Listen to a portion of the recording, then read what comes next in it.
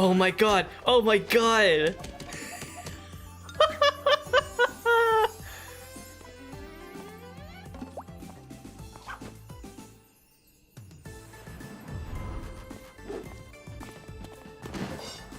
I love how Knuckles looks in these animations so much.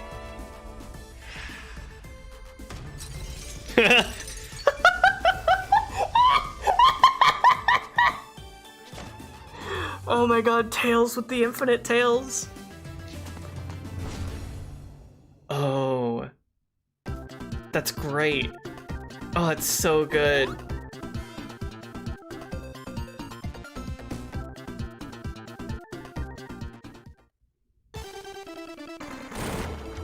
So here we get to the meat and potatoes of Sonic Origins, the Sonic 3 Knuckles remake by Headcanon and Company.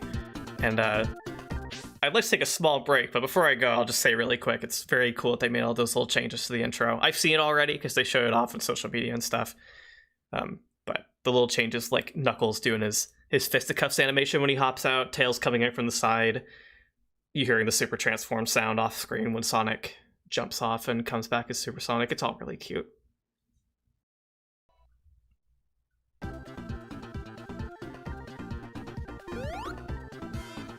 You know, I'm a little surprised. I didn't think it was going to make me sit through the little intro cutscene again. Yeah, I'm just a little surprised. Alright, well, it's a new day. I didn't feel up to recording more after finishing Sonic 2. I started to feel just like a little worse, and decided to dedicate my evening to editing Sonic 2.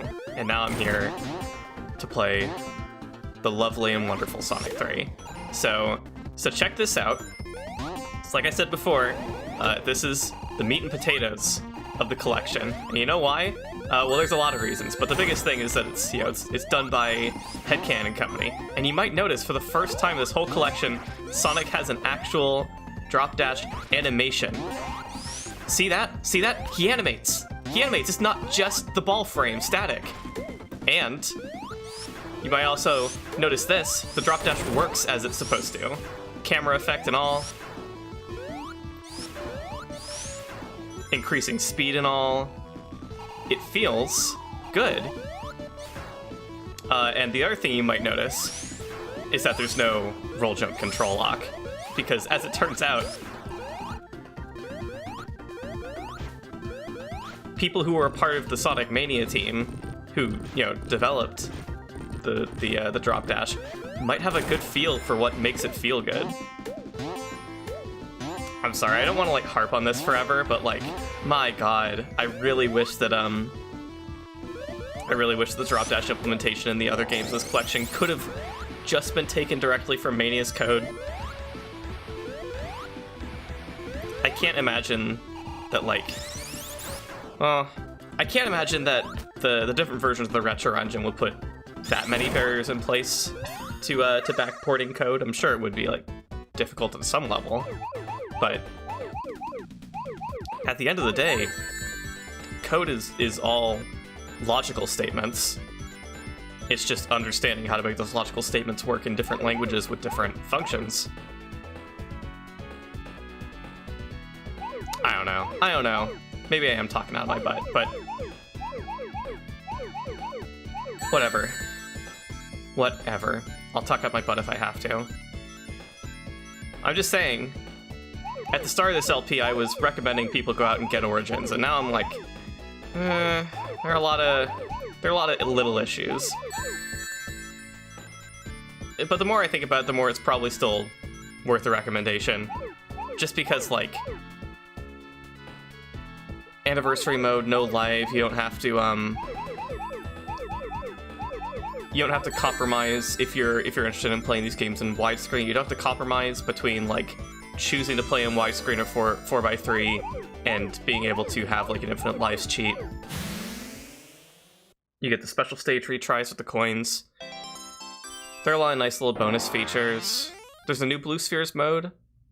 The Sonic 3 and Knuckles port remake, even if it's got some issues that it didn't have when Headcanon and Company submitted it to Sega and Sonic Team by their own admission, Stealth has mentioned on Twitter that the build of this that's in Sonic Origins is not identical to the build they submitted, which is not to say that the Sonic team used a different build. It means that things got modified since submission, and those have led to things not working entirely as they did when submitted. And it's all on like a micro level. It's really small stuff, but I think we can all agree that this collection demonstrates that small stuff adds up. The way the drop dash works in the other games, the way Sonic 1 and 2 have the roll jump control lock, but Sonic CD and Sonic 3 don't in this collection. Oh, would you look at that? It forced me to go back and look up, so that I wouldn't be standing right there when the cutscene machine shows up.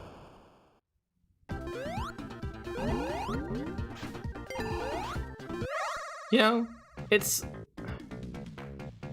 I'm sorry, I'm doing this kind of like somewhat first thing in the morning, and maybe I should have held off for a sec. Really focused myself in on like the kind of stuff I wanted to bring up.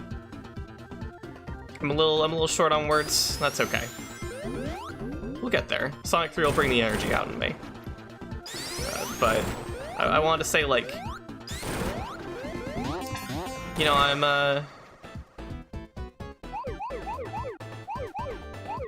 sorry, I just got completely taken out of my sentence by whatever sound effect was like lingering for a long time. I just heard it going into the blue spheres.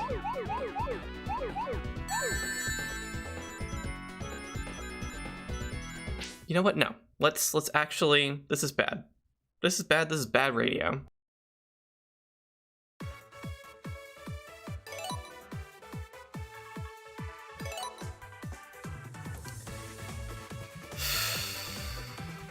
That means I can't... Oh my god. What happens if I go to start? What does that mean? Does that mean I'll start at the beginning of story mode, or I'll start at the beginning of Sonic 3? Okay.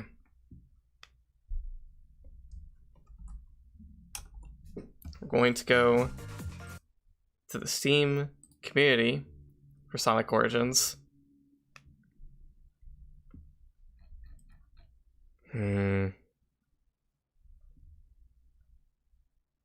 I didn't get a clear answer.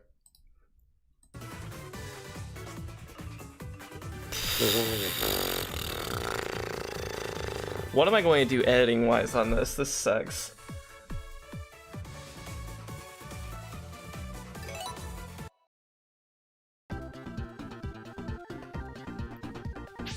Oh. It's interesting, it puts me here at the last checkpoint, despite the fact that it said it was going to drop me off at the special stage. Okay, hold on. What?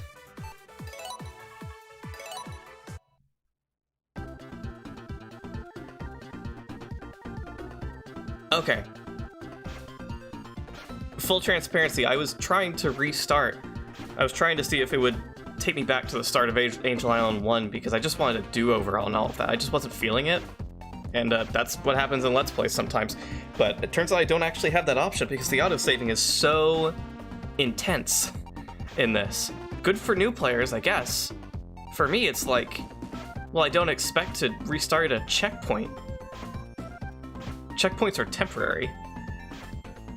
Well, I lost that blue spheres attempt. We're just gonna toss that down the drain. I'm gonna keep some of that in because that's really...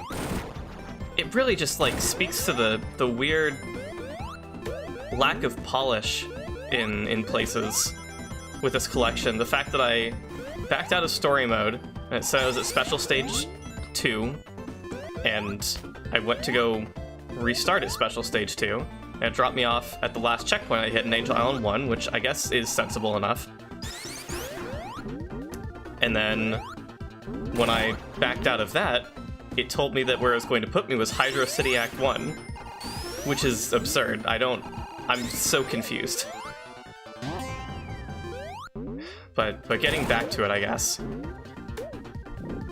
Sorry, just awful start to the Sonic 3 and Knuckles block for this marathon. But that's a marathon run for you. A lot can go wrong. Thank you, Tails. And you just can't see it coming. Okay, we're into what by all rights should be the most fun part of this collection, because it's gonna have the most new stuff, relatively speaking, and the most polish.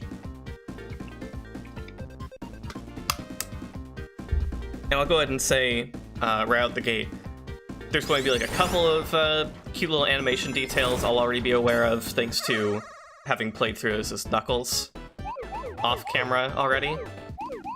Yeah, and it didn't complete Special Stage 2, which just like figures. It also didn't skip it. I wonder if that means that I could have just gone back to that Special Stage ring. I don't know. Whatever. I'll just say whatever a bunch whenever I'm playing Blue Spheres. So I've seen some cute little animation changes. I know that they, unsurprisingly, made Egg Robo sprites for the Flying Battery Act 2 boss for Knuckles. Really not surprising. Everybody expected that to be something that got fixed. And of course I also know about the changed music, but to be fair, I knew about that before the game even came out, because people can't keep their mouths shut, and the moment embargoes lift, that sort of stuff gets talked about. And also, people on Twitter can't help but share stuff. Whether or not you want to see it, you're probably going to follow people on Twitter who are excited to talk about it and share it, so that everyone sees it.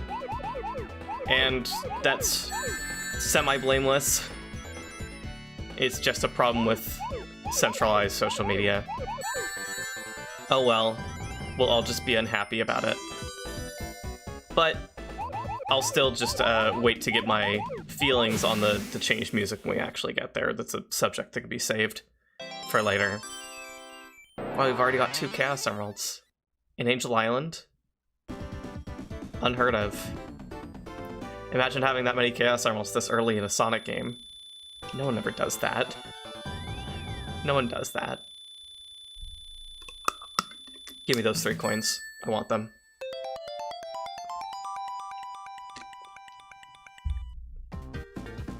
You know, sometimes when I'm recording, I realize that it makes sense not to be opening and closing my water bottle all the time. I can just leave it open.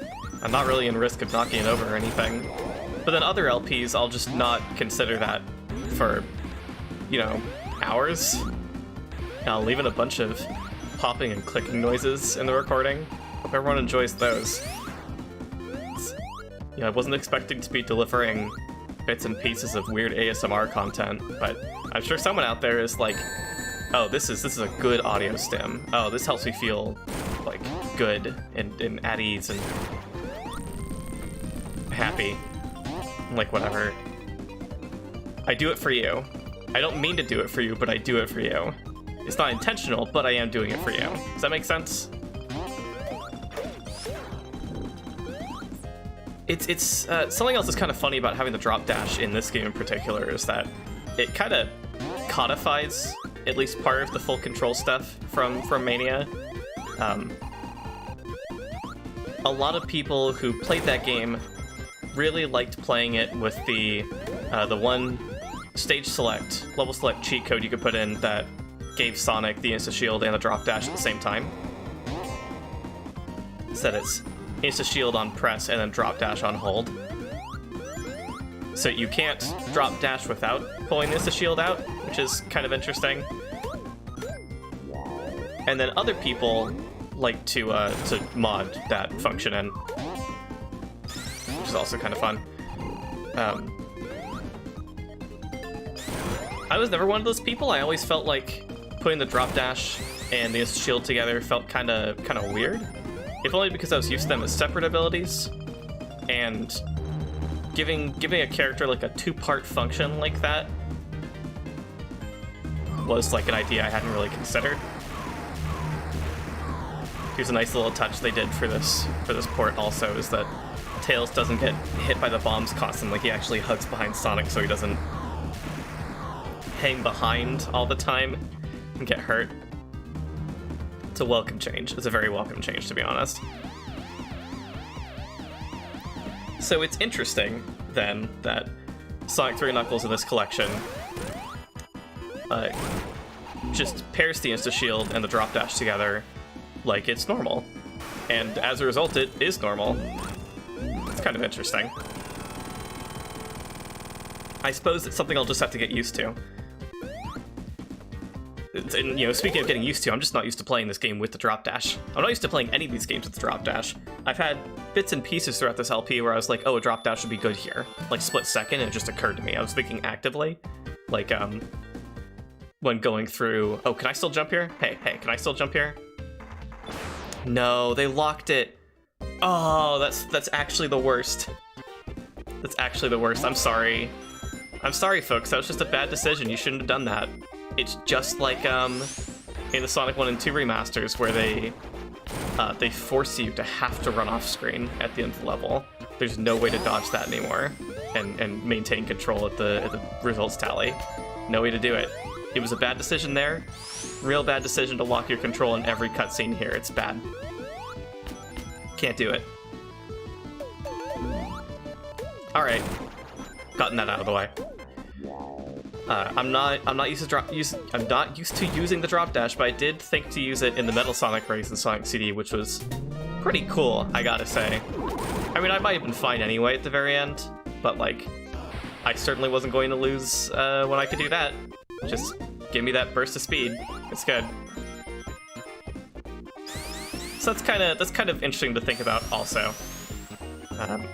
I can put my mind to it when a Drop Dash would be particularly good to make use of, and it's certainly better in Sonic CD and here particularly, where both games lack the roll jump control lock, and this game just has a better feeling Drop Dash in general. We'll see if I get much use out of it. It does bring up the quandary again, where having the Drop Dash taken away from you feels very strange whenever you have any of the elemental shields. I think that's kind of bunk. It made more sense with the Insta-Shield than it does with the Drop Dash. Simply because the Insta-Shield is a context-sensitive kind of tool, in the sense that, like, you're not going to be throwing it out all the time. There are situations where you're going to want to use it and it's particularly useful. And that's true for the shield abilities. Well, you know, for the most part. Maybe you want to throw out that flame shield dash all the time or something. You do you. But the drop dash you can really just keep doing over and over and over again, and it's just a fun speed tool to just chain into itself all the time. So, like, picking up an elemental shield and having the drop dash taken away from you feels like more of a loss than having the insta shield taken away from you. I don't know if anyone else feels that way. That's always how I felt. It took me a long time to, like, recognize it, but even on my first time playing Mania, I had a tendency to want to pick up the normal shield over the elemental shields of Sonic, because I could keep using my drop dash and have an extra hit. So good. It's the ideal combo. So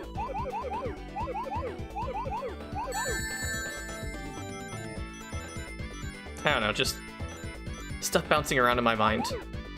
I have to wonder how much thought they put into that when making the change for this collection. Because obviously adding the drop dash, well, maybe not obviously. It's possible that the Headcanon team always wanted to add the drop dash to this, but, like, at minimum, there was some sort of consensus at some point that every game in this collection was going to have the drop dash. So if Sonic 3 wasn't already going to implement it, it sure got put in a position where it had to. And it makes me wonder what those discussions were like behind closed doors and what the considerations were like for each game, but especially this one, where Sonic already has an ability. But hey, you know, we give him the drop dash too. Have it all. Oh, you know what I can do now? Thanks, little buddy. I don't know if I should be doing it right now in this boss fight. It's not going to be that helpful for a lot of reasons, but I can do this. Thank you, Tails. That's another handy Mania feature. And in fact, I wouldn't be surprised if it's in... Well, no, I would be surprised if it was in the other games, just because, nobody from the Mania team handled the ports of those ones. That's okay. That's fine. It would have been a cute feature to add to, like, Sonic 2. You know, imagine if that whole time I'd considered at any point to actually try pressing up and jump. And seeing with my own eyes the reality of it not happening. And the disappointment washing over me. Give me another coin. See, well, I was going to say that was going to be a good spot for a drop dash. I mean, this sequence is a good spot for drop dashes in general. I'm just so used to doing the spin dash stuff. I'm so used to stopping and starting to get through there. That was weird. That was interesting how the drop dash interacted with splashing into the water. Interesting is a word. Oh yeah, so the thing I was saying before I even hopped into that special stage that just completely threw me off forever ago in Angel Island 1 was that, like, you know, it's Sonic 3 and Knuckles. It's a good time game. It's a good fun game for all. Let's have some fun. Let's not like super take our time or anything, but there's bonus games to be had.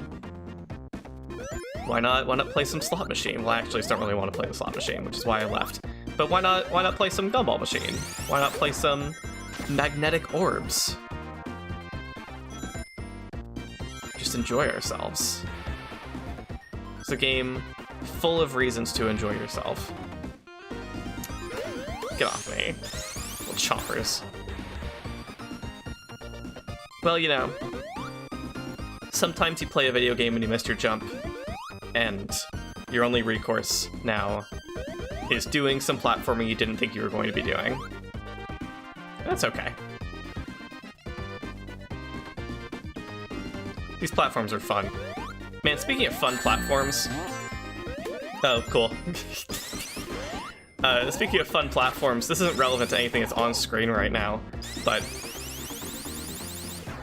What I did yesterday when I thought I was going to just take a Sonic 2 break and then come back for Sonic 3 was, you know, I played some more Sonic CD on my phone while I chilled in bed, giving my voice a rest. And if that doesn't say a lot about me, but the reason I bring it up is because the way I was playing Sonic CD was I was going through the level select and just bringing up the good future for every zone, every act, and just having a relaxing time playing these levels with no enemies in their best state. And I realized, because I don't really go to the good future very often, there were, in fact, a ton of weird little gimmicks and platforms I'd never seen before. I only played up through Quartz Quadrant Act 2, I think. Maybe even only Act 1, I can't remember. But I noticed in Untitled Tempest that there's 2 unique platforms that just don't show up in the zone outside of the good future, which is fascinating. There's these platforms connected together by a chain. 3 platforms in a sequence with chain links between them that move around in a circle. So it has this very fun visual pattern to it. Yeah, I was able to make it back up here. Give me those. And they're only used in like 2 places, at least as far as I could see. Once in Act 1, once in Act 2. In the place in Act 1 where normally there's the platform going in a circle that has the switch on it that you step on. in order to open a gate that lets you through, so you can only go one way. Though I have proven on this very YouTube channel that it's possible to go through it the other way too. Where that normally is, there's a crusher going up and down, and one of those funky chains of platforms instead. And it's really neat. There's another one in Act 2, just kind of in a place. I don't remember. But then the other interesting thing is, in Act 2, at the very end, where there's normally, some kind of platform sequence I don't remember in the past, and I think also the present. I think it's the same in both. There's a new platform seen nowhere else in the game, as far as I know. Certainly nowhere else in Untitled Tempest. That's this kind of big old chunky block of a platform with a somewhat ornate design that falls down, and I expected it to go back up once it went down through the terrain, but it just didn't come back. The second one came down after a bit. And the way that works is that when you jump on it, it depresses a switch on the top that makes it go up instead of going down. So whenever you're not on it, it goes down, and whenever you are on it, it goes up. Do I actually want to be in here? There's the risk of me getting any other shield, which I'll lose immediately as soon as I leave, which is exactly what happened. 1-up! Does that give you a coin, I wonder? Well, it's as I said, I lost that shield immediately. Hey, Tails, be a pal here. That's not what I wanted to do. Tails, get down here. This is gonna be harder.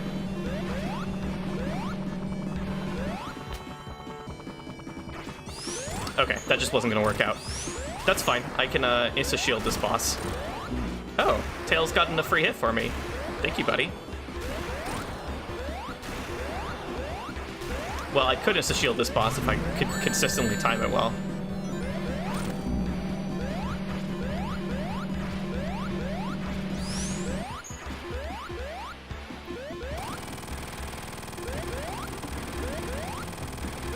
You know, I feel like I just didn't dedicate my full attention to that boss. I apologize to anyone who was hoping that I would have.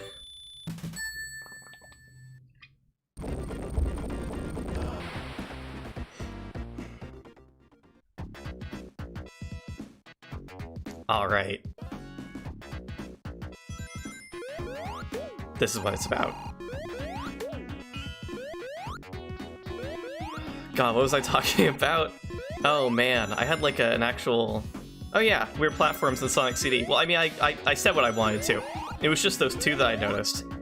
But like... I know that I've witnessed people talking about this before, but it's just something I've never really experienced to this level. Like, I didn't realize how much there was to it. Sonic CD is just filled to the brim with little one-off gimmicks in each zone that are time zone dependent. So like, there's a strong chance you'll just play through the game 50 times like I have, and for real actually see something new on your next playthrough when you least expect it. And that's nuts. People usually talk about that kind of stuff with classic Sonic from a level design perspective, where on your umpteenth time playing these games, you'll realize there's somewhere you could go that you've never tried going before, and it just has something. Yeah, it's worthwhile, it's interesting. But apparently in Sonic CD, it's not really the level design specifically so much as it is the object design and like whatever random stuff they came up with to put in the game that you'll never consider the existence of. Alright, I need to like really test that bit out in this special stage. I noticed something, which is that I've never had that much trouble getting those blue spheres there as I have trying this in this particular version. Playing it in the Mania version, no problem. Playing it in the original Sonic 3, no problem. Playing it here, for some reason, I can't seem to get this one, and then jump in time on either the second or third one to either to not hit that bumper, or to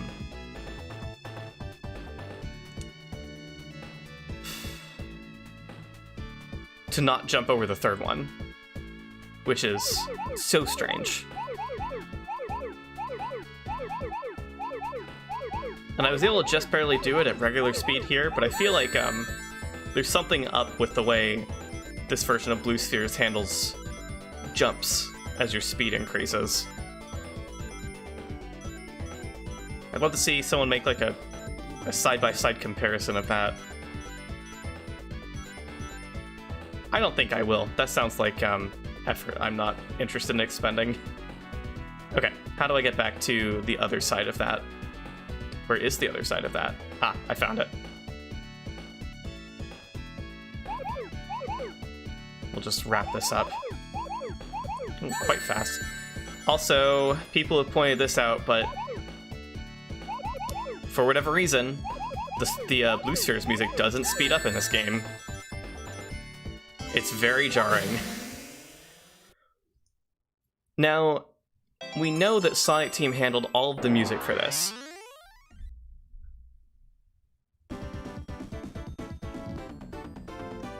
We know this because, for whatever reason, the music's been changed in Sonic CD.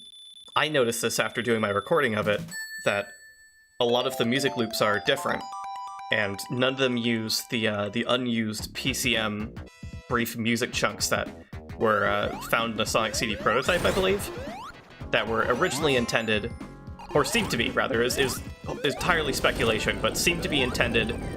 Oh wait, no, it got confirmed at some point by one of the developers, I think. They were intended to bridge the end of the Red Book Audio CD tracks to the starts of them, as the disc tried to load that information again, go back to the start of the music.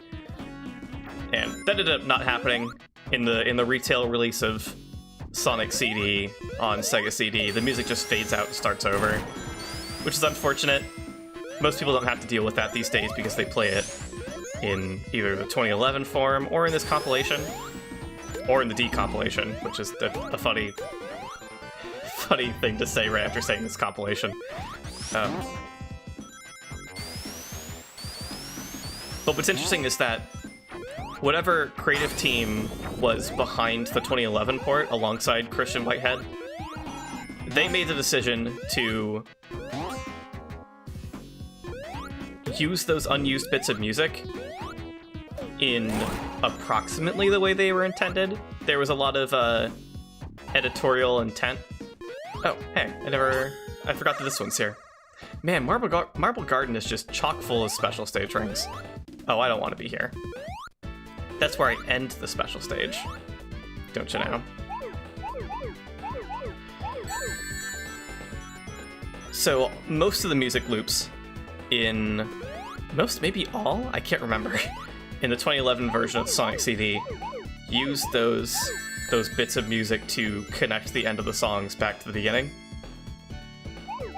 Sometimes it's a little sloppy. Sometimes you can tell that the idea wasn't fully fleshed out from the original devs, because some of those loop bits don't really work to get back to the very beginning of tracks. And the other thing you'll notice is that a lot of the time in the 2011 version, they don't even loop back to the very beginning of the tracks. They go back to just kind of an earlier part that connects okay using that method. I'm sure this is all super interesting. I hope it is, because I'm going to keep talking about it. When I was messing around with Sonic CD more after my recording session earlier this week, that's when I noticed none of the tracks use those, which means that all the music loops were redone for this version. They're all new loops of the music that have not been heard in any other version of Sonic CD before, and presumably they were done in-house at Sonic Team. Considering that, again, Headcan and company didn't touch any of the other games for this collection. So, maybe no presumably there. They just were done in-house at Sonic Team. And from what I can tell, so was all the recording for all of Sonic 3 Knuckles' music for this. Because some tracks had to be re-recorded for reasons we'll get to soon.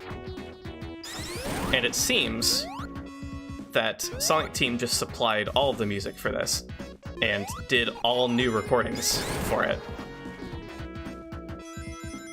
Presumably off of the sound output of the Sega Genesis, because I gotta say, they sound a little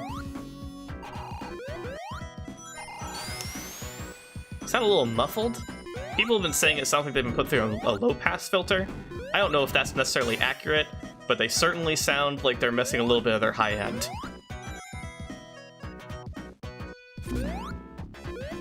So who could say why that is, except for the fact that it's probably Sonic Team recording all the music off of a prototype version of the game and the final version of the game off of an actual Sega Genesis.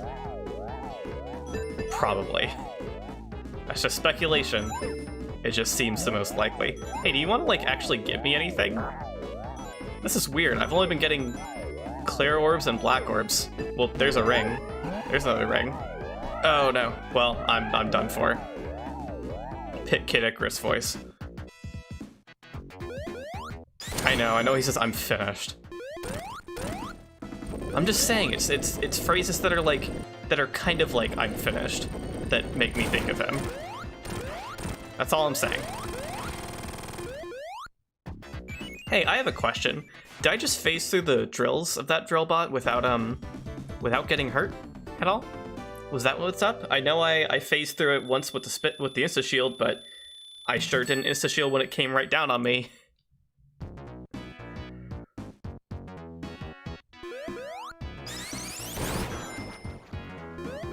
And the other thing is, I'm pretty sure Sonic 1 and 2 don't use the remastered versions of the soundtracks that were done specifically for the mobile versions.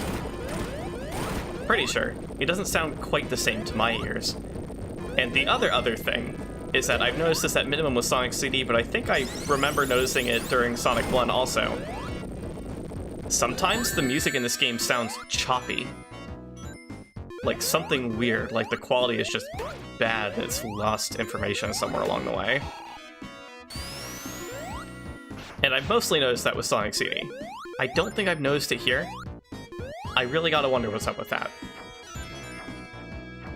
It's kind of frustrating. Obviously, since there is a whole music situation with Sonic 3 in this game, there are already a lot of mods out there to fix, in air quotes, or change to your preference what the soundtrack situation is for Sonic 3. I've yet to find any that rectify any, compression weirdness with the other game's soundtracks, but I'm sure it's going to happen because I'm not going to be the only person to notice that.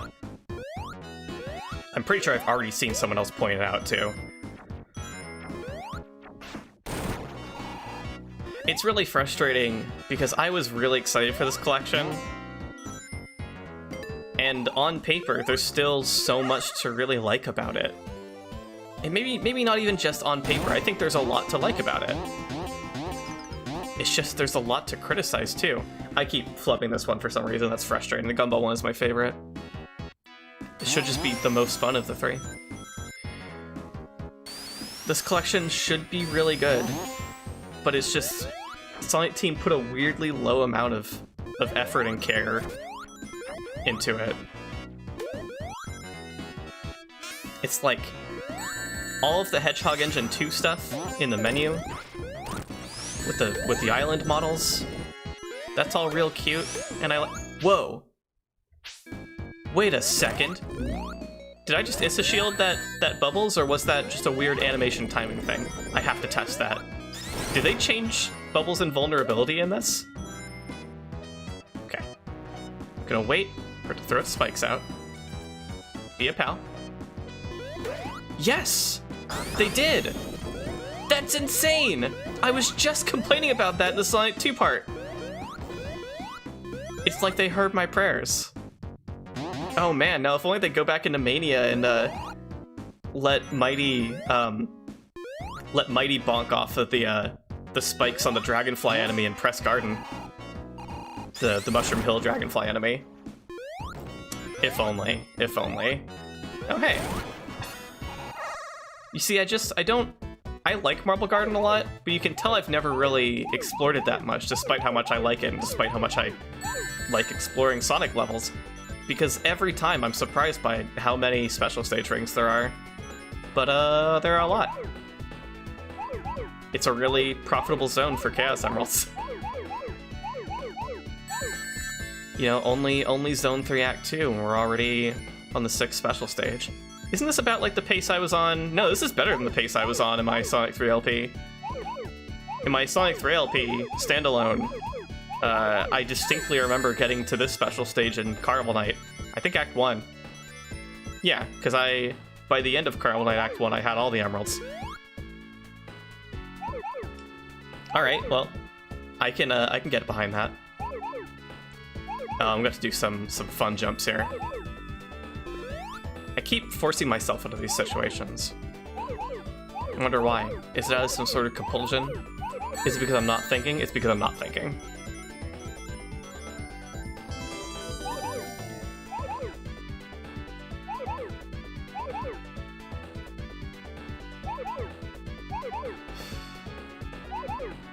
As I was saying, I don't want to be like super down on this collection. Like, I really don't. I really don't. And I do think that it's still worth owning. It is a good enough version of all of these games. It's just really frustrating where it's lacking. There's no good reason for it to be lacking in the ways that it is. Aside from just it being rushed out to meet a quota. I don't want to, like, super assume that, but, like, the fact that they were able to get it out on the exact day they wanted to, on Sonic's birthday, and feeling like nothing in the last, like, decade or more of Sonic games has ever gotten out when they really wanted to without it being rushed. I don't know, I have my concerns.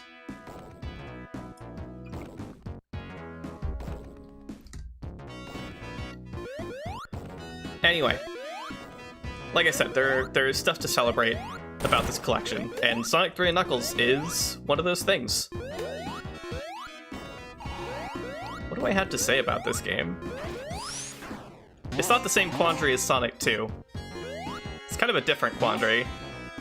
It's that, kind of a different headspace right now. This is also a really cute animation detail they added, doing the rotating run when going up those spiral areas with the top. There are a lot of nice little animation details like that in this. Look forward to them. I'll try to point out as many as I've noticed. Okay, well, I'm not going anywhere more with that top then. Oh hey, this is where the Sonic Tails path branches from the Knuckles path. I actually wonder if Tails can take the Knuckles path. It might be too high up. There might not be enough solid footing for him to make his way up it.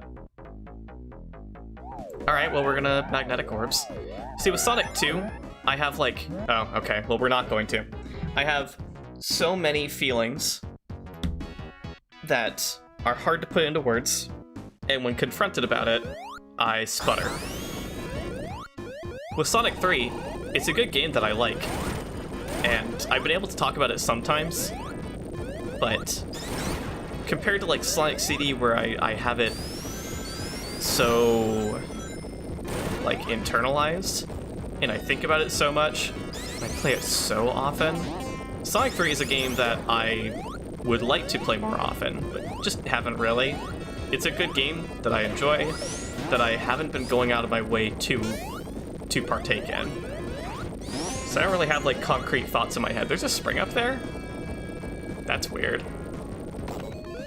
By the time that's, like, an active threat for you, that spring that's on that part of the chunk of crumbling, moving down terrain, I gotta say, you're kind of already screwed, because you're walled off from being able to progress at all. Well, I'm gonna have a bubble shield then. I wasn't looking at my coin count. I assume I just got a coin. Okay, I'm above the hundreds again. good for me. It must be all of those Blue Sphere stages I've been doing. It's gotta be.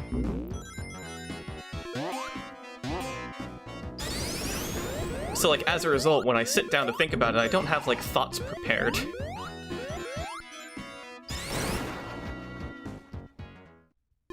And I'm also, like, pretty aware of the kinds of things I said in my last LP. Huh, you're off to the right this time instead of on the center. It's kind of interesting.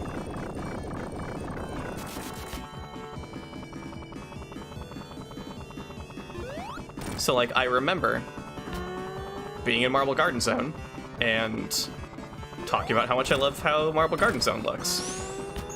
And, like, I could do that again. You're doing a different pattern than you do in the base game. That's interesting. Is where you come in on screen based on where I am on screen or something? Because that's not how it was before. You were very pattern-based before.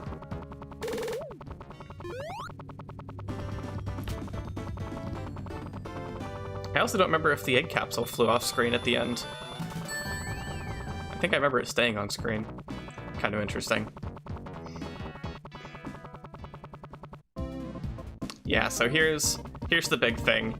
On some level, I was kind of stalling till we got to these zones. Oh, that's funny. Tails can't bop these, but he can bounce off of them. That's probably always been true. I just never thought about it. It was just kind of like stuck out to me for a second there. The music. Everyone knows by now the all the music stuff that I did, or I mean that's giving the I'm bearing the lead. All the music stuff that's in the Sonic 3 LP I already did. That was me doing it all in video editing. I painstakingly inserted all of the music, not even just the music that was changed. I inserted all the music because I played the game with no music. Oh my god. Devastating. Devastating way to die. Anytime in a Sonic game where you die instantly and you see all your rings frozen in the spot you just were because you died before they could go anywhere, it's terrifying. It's a horrifying thought. Can't believe they would put that in a kid's game.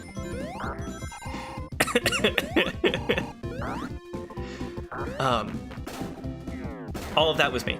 I replaced specifically Carnival Night, Ice Cap, and Launch Base with their November 3rd, 1993 prototype music, which was, in my opinion, a refined and better sounding version of what we ended up getting later in the Sonic and Knuckles collection for PC, where they used those tracks, but in a different form. People have speculated that the versions of those tracks in the Sonic and Knuckles collection were based on demo tracks. They were resequenced by whoever was responsible for sequencing the MIDIs for that collection, which is likely. Probably they had demo tracks. Maybe they had a prototype version of the game to work off of, but it's probably demo tracks, most likely.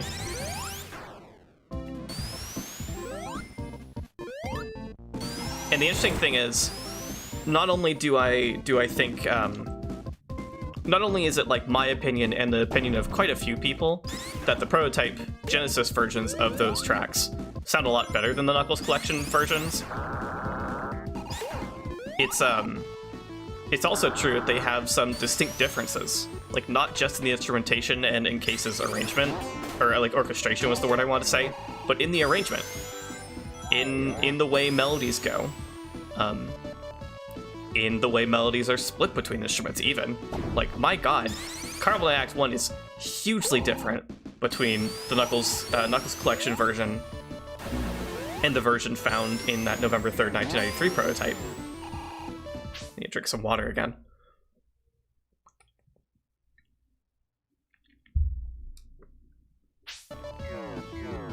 I, like a lot of people, get self-conscious about my mouth sounds. It's simply what it is. I could have kept talking, but I was like, I really need to hydrate my mouth. Okay. And a lot of this stuff is like really observable. Even people who who were just hearing these songs for the first time, both versions, would be able to tell the differences between them really distinctly. It is not like a subtle difference. So it was interesting when, during one of the Sonic live streams before this game came out, Katie, one of the social media people, I want to go backwards. Okay. I really, that was a weird thing I just did to myself. And I almost just did it again.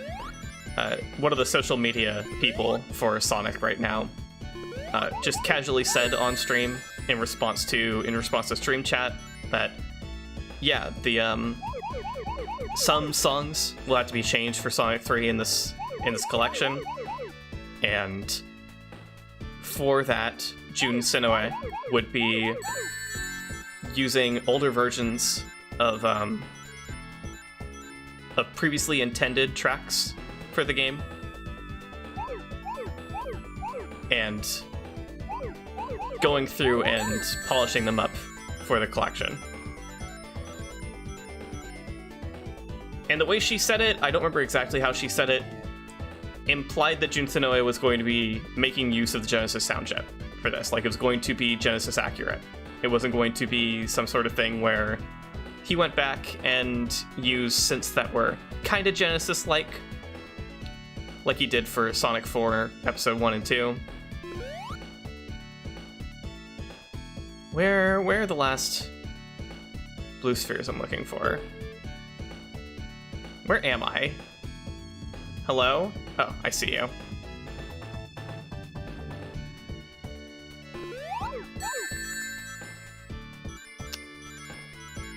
Oh, I might have screwed up. It's 8 remaining. Does that check out? There's 8 remaining and 9 coins. I think I screwed up. No, I didn't. Where are there... Oh, here we go. There's just another one of these. Okay, that makes sense. We're good. Basically. We're basically good. I just need to navigate to those 4, and they're right here. This one always gets me for some reason. The layout of it is just so strange. Not very intuitive. So we knew some music was going to be changed. The way Katie said it was that they were going to use the original versions of music intended for the game. And later that day, I believe, might be the next day, Stealth came on Twitter and said, okay, that was the bombshell. Yeah, they finally said it. We knew for the longest time, and Stealth has said this before. Stealth has said this candidly online years ago when they were trying to pitch a Sonic 3 remaster following the Sonic 1 and 2 mobile ports.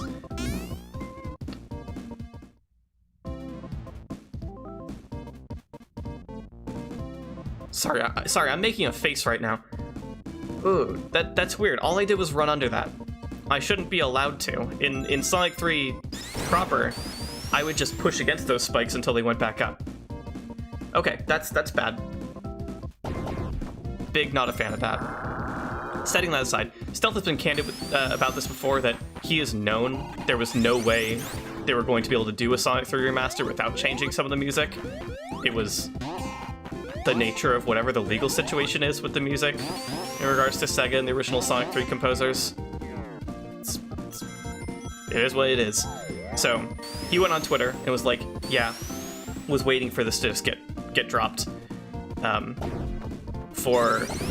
he outlined it specifically for Carbonite, Ice Cap, Launch Base, a couple other places. We'll be using the prototype music for those levels. And I gotta say, I wasn't really bummed about this decision. If my Sonic 3 LP is any indication, I like those tracks now that... Whoa, hello. I'm trying to hold left, but it was so hard to slow down for some reason. If my Sonic 3 LP is any indication, I like those tracks as of the Genesis prototype versions of them. Now, I've been going on for a while. You might have noticed, you might have picked up already, that, this is not the Genesis prototype version of Carbonite Act 1. Isn't that interesting? It actually sounds like a Genesis arrangement of the exact version of the song we got in the Sonic & Knuckles collection. It's also interesting. So first thoughts people had were, oh, this is really Jun Senoe's attempt at making a Genesis arrangement of this track. What, he based it directly on the demo track, like the Sonic & Knuckles team, Sonic & Knuckles collection team, or did he base it on the Sonic & Knuckles collection version? Like, what was up here? And it's kind of changed to the likeliest interpretation being that he didn't do these arrangements at all, and that these are taken just from another prototype version of Sonic 3 that of course Sonic Team or Sega has in the vaults. And you want to know why people speculate on that? It's because there's a new super theme for this game to try to match how Sonic 2 has a unique super theme. And you wouldn't know it by listening to it, but it does not use the Genesis sound chip. I'm being facetious. It really obviously doesn't sound like a Genesis song. It's using the same kinds of synths that Jun Senoe used for Sonic 4. Particularly Episode 2. It doesn't sound quite so bad as a lot of Sonic 4 Episode 1 stuff did. So it seems less and less likely that Senoe had anything to do with the arrangement of these zone tracks and other tracks for this version of Sonic 3. Probably taken from a prototype. Now the question is if it's an earlier or later prototype than the one that's been leaked. The one that that Hidden Palace got a hold of and dumped. I don't know. No one's gonna know that. No one except for people at Sonic Team.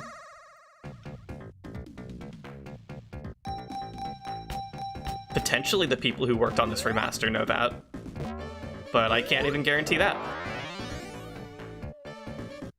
So,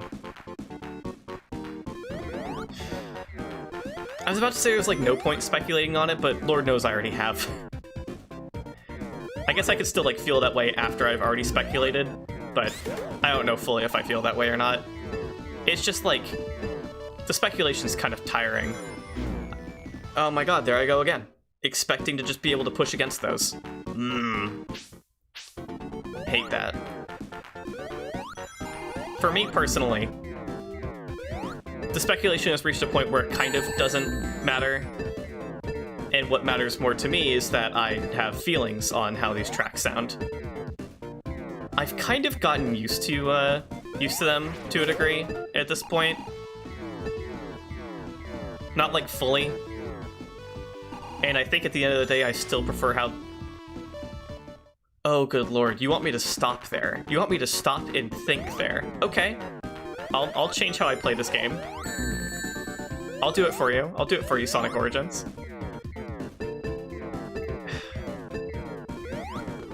I still prefer the versions from the prototype that we have access to. Unfortunately, you know, because that means that it just complicates the music situation with Sonic 3 even more. That now there's a third version to have opinions about. Opinions and preferences about. Whatever. For an added funny layer, when I paused at the start of Sonic 3 yesterday, once I was done with Sonic 2, I actually had to go and reopen the game. I have to go and drink some water. I had to go and reopen the game from the mod loader to disable a mod I had loaded for the existing prototype tracks. I'm sorry, I'm already that kind of person. Okay, so everyone check this out. Look, there's looking up and crouching, rotating animations. And you know what they're only used for? Well, that's not entirely true, but you know what they're basically only used for? Barrels in this zone that you can move up and down. This is the solution they figured out. Giving the player feedback that pressing up and down on these barrels does anything. That's insane. It's like, it's so brilliant that I can't help but feel like it was the best move. Even though I'm sure there's still reasonable criticism to be had that knowing that your character looks up and looks down on the thing doesn't necessarily mean that that they're moving it. But it's certainly, it's any player feedback, you know? It is bar none an improvement on the original game. And the animations are cute. The fact that they went out of their way to make a full rotation for the looking up and crouching animations is a very cute, small thing that I'm into. And as we'll see, they make use of those rotated looking up sprites at different places in the game as well, which is another cute animation touch. But we'll get there when we get there. So what this all leads up to is that I believe the barrel still exists. I'm pretty sure it still exists. And then we'll get to it when we get to it. Wow, this bubble shield has never been easier to get. Thanks to no roll jump control lock. You know, it's a little sad that I kind of feel like I had to trade no roll jump control lock for bigger problems with getting crushed.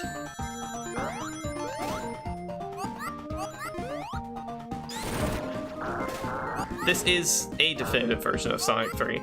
Thanks to Sonic 3 Air, Angel Island Revisited, still existing. You know, it hasn't really gone anywhere. It's still a good version of the game.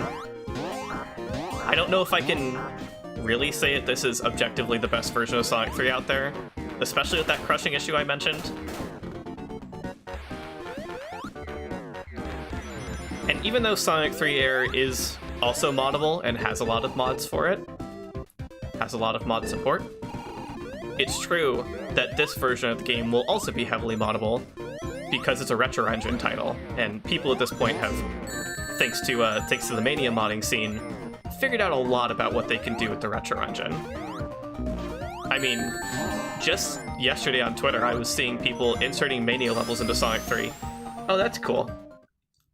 That could have happened in any version of the game, to be honest. That's not a unique getting crushed more often problem with this one.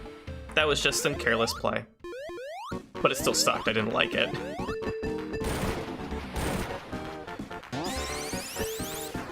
So, even though now there's, like, not really a race for definitive Sonic 3 version, whatever, I'll still recommend this. This is a good version of the game. Especially if you've never played Sonic 3 before, you're probably not going to be that upset about crushing.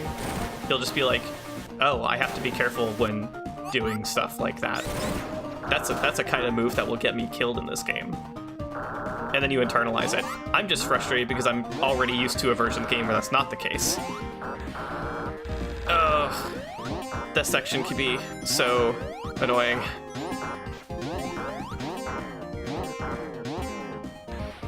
So to get back onto the music discussion, because, like, what better thing is there to talk about? Let's be real. Like I said, I have been getting used to the tracks. In particular, even though when I first heard the prototype version, the Genesis prototype version of Carbonite Act 1, and was like, oh, the slower tempo kind of makes it nice and welcoming and fun. I've started to come around a little bit on the more up-tempo sound of this version. Just a little bit. It has like a different kind of fun feel to it that I don't dislike at this point. There was a period where I just wasn't really a fan of it at all, but it's okay. It's fine. Meanwhile, Act 2 is like not that much different. It is the same song but with different instruments. It has like a couple weird notes people have pointed out, which contribute to the thesis that, or theory, I guess, the hypothesis that this is an even earlier prototype version of the song compared to the prototype we already have. If you listen closely, you might notice in a specific part of this song, actually the part of the song that we just cut off at, so keep that in mind. Aw, thank you for the Sonic heads. That's true. I am him. In that part of the song, it, like, there are backing chords that move up in this particular way, and the notes are different for the highest voice in those chords. That, like... Yeah, here's the barrel. Here's the barrel, everyone. You have now seen the barrel. They're different in a way that, like, makes that passage sound a little more dissonant. And the fact that dissonance is not in the Knuckles and Collection the Sonic and Knuckles Collection version, nor the prototype version we already have, maybe speaks to this being an unfinished version. Maybe incorrectly or unfinishedly transcribed from a demo track. Who can say? Oh, well, I died after hitting the barrel, so now we have to do the barrel again. Barrel 2. Barrel 2.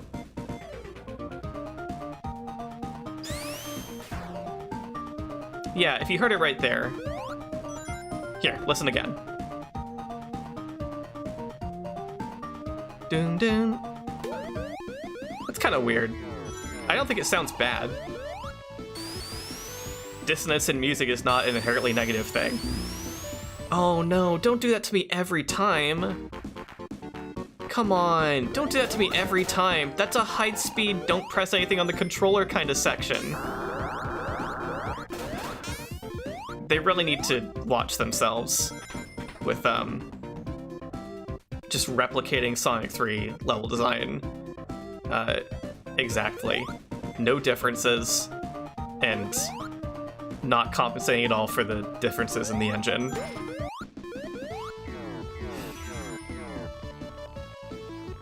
I gotta say, you know, my friend Mitt, good friend Mitt, podcast co-host Mitt, see, that time I didn't get crushed. I must have been going a little faster. Has voiced her problems with how easy it is to get crushed in these games. She's had a problem with it since Mania.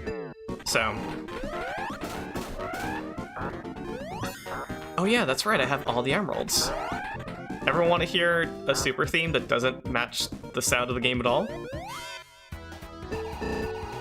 Wow.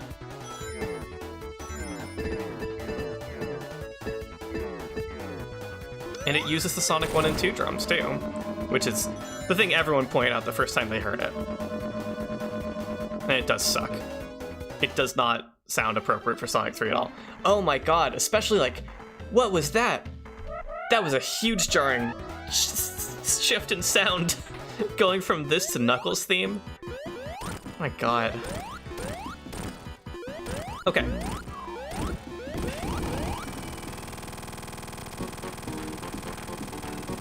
Dissonance is not a bad thing in music, is what I was saying. But it does sound weird. It does sound distinctly different from all the other versions of the song that we have. So that might mean something. Here's the other weird thing. As we get out of here and go into everyone's favorite, Ice Cat.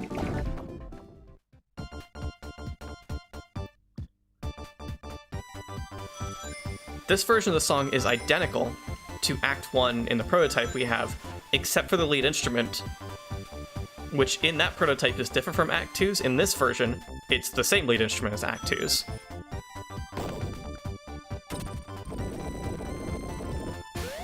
That was cute, Sonic looking up before the snow lands on him. And I'm gonna go through my diatribe again, especially now it's been reinforced by this version of the game.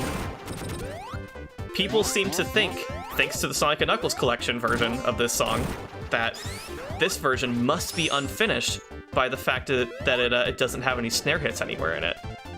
It's just hi-hat and kick drum. As if that's not a valid form of percussion for a song to have. And I understood to some degree when their only comparison was that version of the song in the Sonic and Knuckles Collection where it has the same drums as Act 2. And those two songs sound near identical in that version of the game. But here they've cemented at least in some capacity, that it's the intended sound for Act 1, and I think it works. Like, it gives Act 1 like a low-energy, relaxed feel. Like, that's an interesting sound for a Sonic level to have. And I think it works. It kind of complements the bouncy feel of it. And then when you get into Act 2 and the snare drums kick in, it's like, oh, there's been a shift, which is good because otherwise Act 2 is not different enough. All it has is a lead instrument change. I don't even think it changes the lead instrument for the backing chords. But that brings me back to the fact that in this version of the soundtrack, the lead instrument is the same between the two acts, which makes it feel really homogeneous, and I think is a strange decision.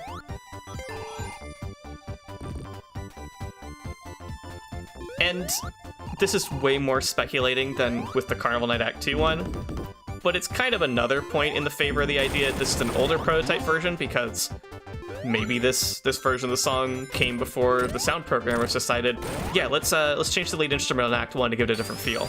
You know, just saying. Just saying.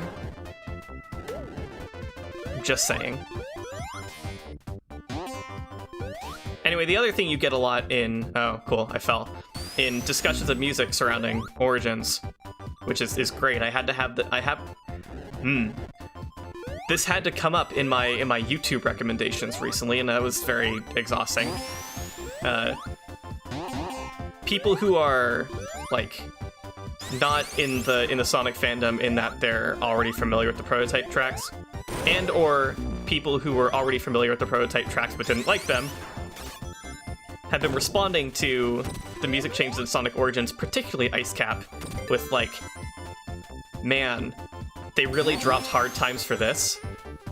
One of the most bullheaded, stupid decisions I've ever seen a video game developer do. Such garbage. This new Ice Cap song is such garbage. Why'd they compose it for this? Is what some people have said, because they just don't know. And I don't know, it's fine. Like, yeah, it does give Ice Cap a completely different feel. A lot of people are very, very used to the moody feel that the Hard Times Ice Cap gave this level. And I get it.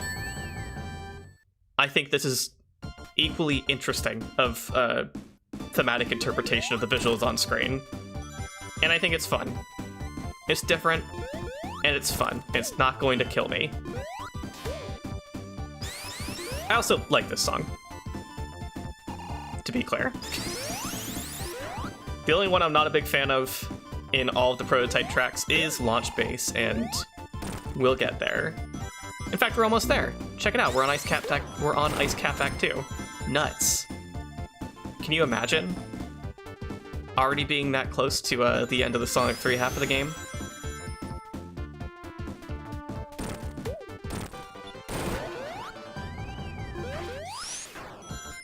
I kind of don't want to go super, you know? Like, I want to have fun with this. Just playing the game. And hearing, you know, the level music that I like. Oh, thanks for the extra coin. I was about to thank Tails, and you know, I should still thank him. Thank you, little buddy. But I would have gotten those rings even if he hadn't been there, so. He just got me that coin a hair sooner than I would have gotten it myself.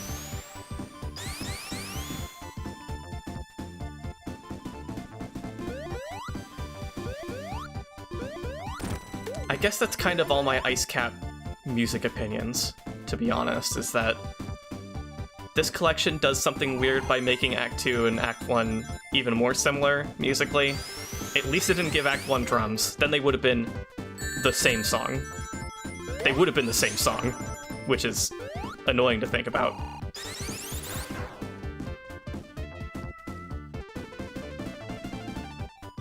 But it's really strange that they have the same lead instrument. And I'm not a fan. I would sub out the prototype version that we have just for that reason alone.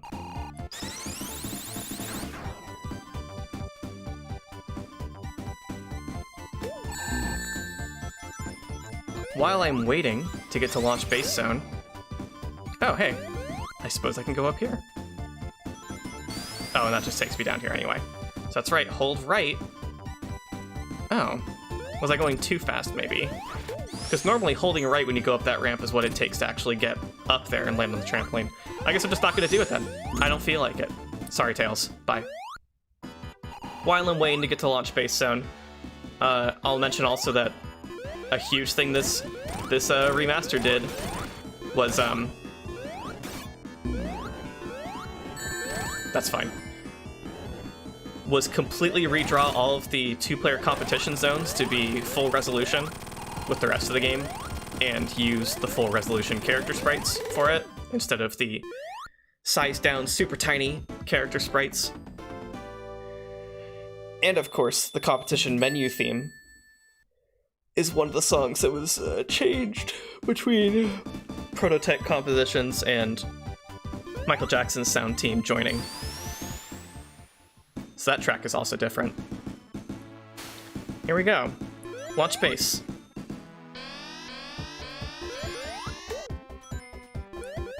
I want to let this one play for a second because I want people to like kind of hear it.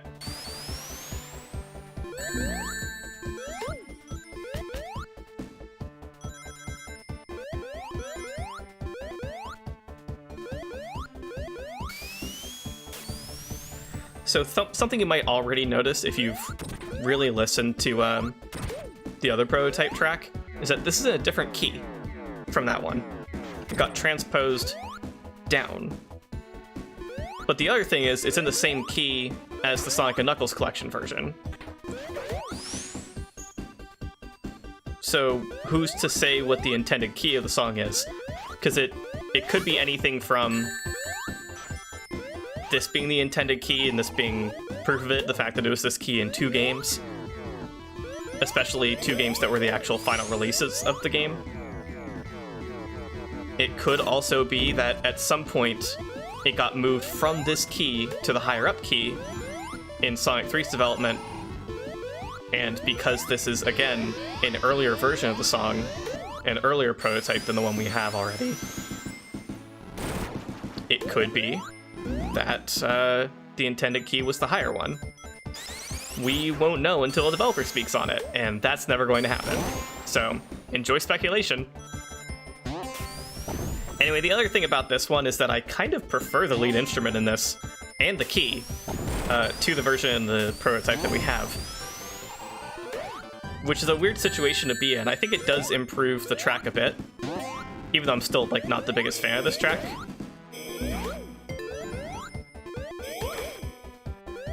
But the problem is, the only version that we have it in is this lower quality recording. So the only way we would ever get a higher quality version of this song is to have someone recreate it. And maybe someone out there could do it. Maybe. I can only hope, you know? I can pray and I can hope. Because let's be real. As soon as I'm done with this LP, I'm going to be turning that Prototype music mod back on, and I'm never going to turn back. So, I'll have to live with the other Prototype launch bass track until someone decides to make a high-quality recreation of this that sounds identical, but high quality. I won't use it unless it sounds like this. Or, you know, maybe if it manages to sound good enough or better without sounding exactly like this. Either way, I guess. So who knows what's in the future for me in regards to the music of this game. Oh, another funny thing there, which it kind of really bothers me, is that the track doesn't loop right. I'm pretty sure even the Sonic & Knuckles Collection version doesn't loop all the way to the very beginning of the track when it hits the end. That little intro fanfare is supposed to be an intro. Not supposed to be part of the main part of the song. So, that's strange. That's very strange.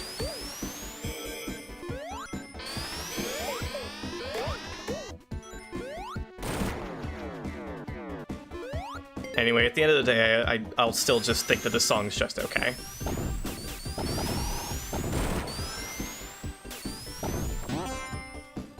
By Eggman, by Eggman.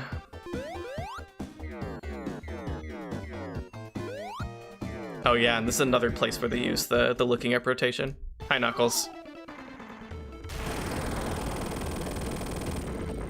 Bye, Knuckles.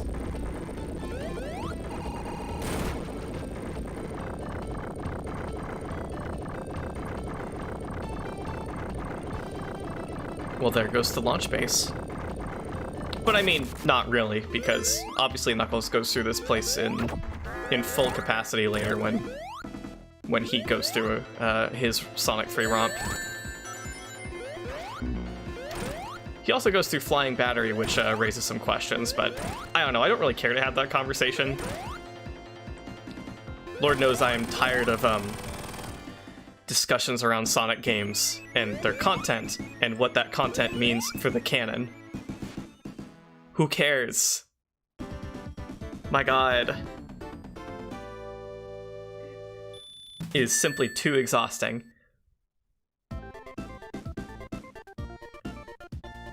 I won't name names, but there is a particular thread on Sonic Retro about Sonic the Hedgehog continuity. And even though very recently I decided to hop out of browsing Sonic Retro's forums because it was driving me nuts having to, and you know, I say having to, I'll get to that in a sec, having to read people's opinions and thoughts and speculations constantly on this game, which is a compilation title, and Sonic Frontiers, which is the game that obviously they don't want us to know everything about right now because they're tired of everyone knowing everything about a Sonic game before it's out, which has been happening for a long time. And when I say having to read people's opinions and stuff, it's all compulsory. Like, it's internal compulsion.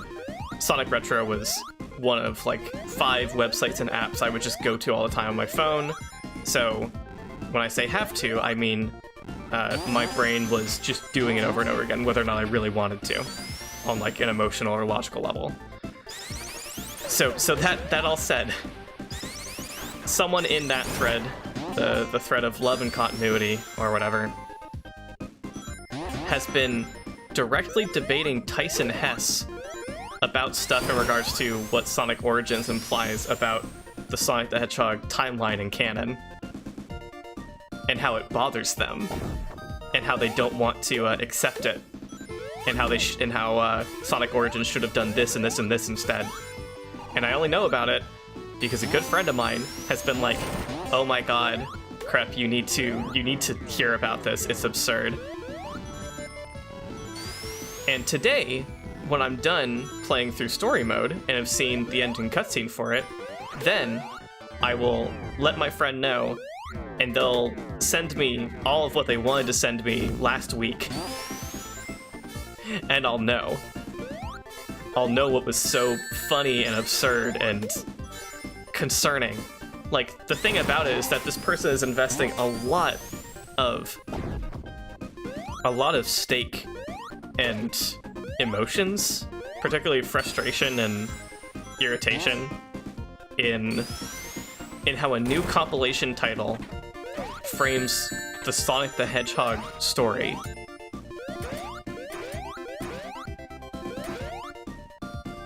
I don't know, I feel like I don't really have anything else that I can say about that like adds to what it is and the nature of it. Oh, where am I supposed to go? Ah, I'm supposed to grab a thing here. There's a special stage over there. I wonder how.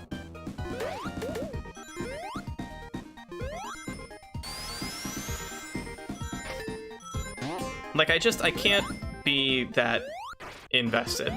And I'm concerned about, like, the level of invested that person is, that they're arguing with one of the lead developers, project organizers, and potentially writers for a Sonic game about these things because they have direct access to them because Tyson Hess chooses to post on Sonic Retro still.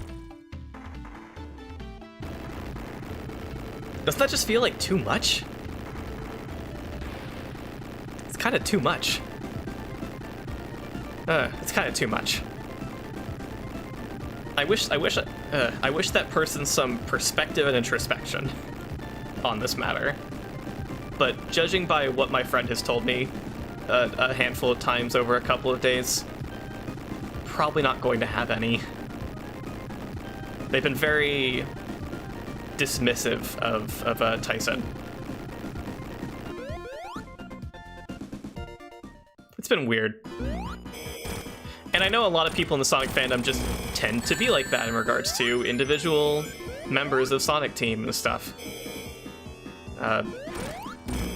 Lord knows, people love to bash on Takashi Iizuka and Yuji Naka, you know, depending on what time period you're thinking about. Oh, Sonic actually has to deal with Big Arms again. That's interesting. And they even give it the final boss music again. That's kind of surprising. Now I'm actually very curious what the transition from Launch Base to Mushroom Hill looks like in this. Ooh, I'm gonna be like a little rested by this thought for a bit. Yeah, did you know that you can hit this boss with the insta-shield when it's below you? Big Arms is fun when you know how to play Sonic 3.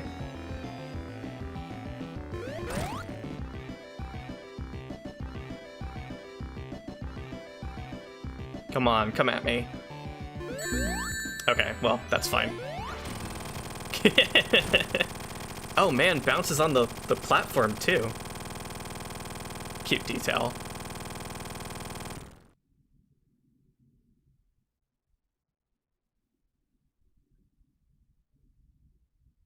I'm guessing this is gonna be a place where, oh, hey.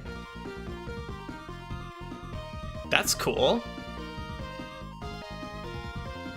I kinda dig that, giving the act clear tally some gravitas using that jingle. And that's fun. That was an unused animation from Sonic 3. Him retreating off into the background.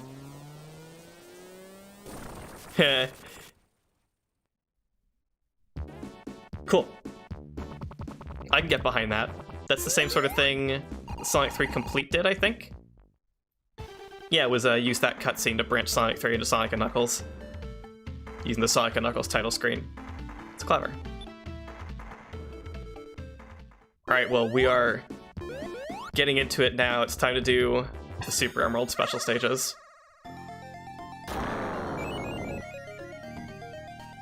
Which one should I do first?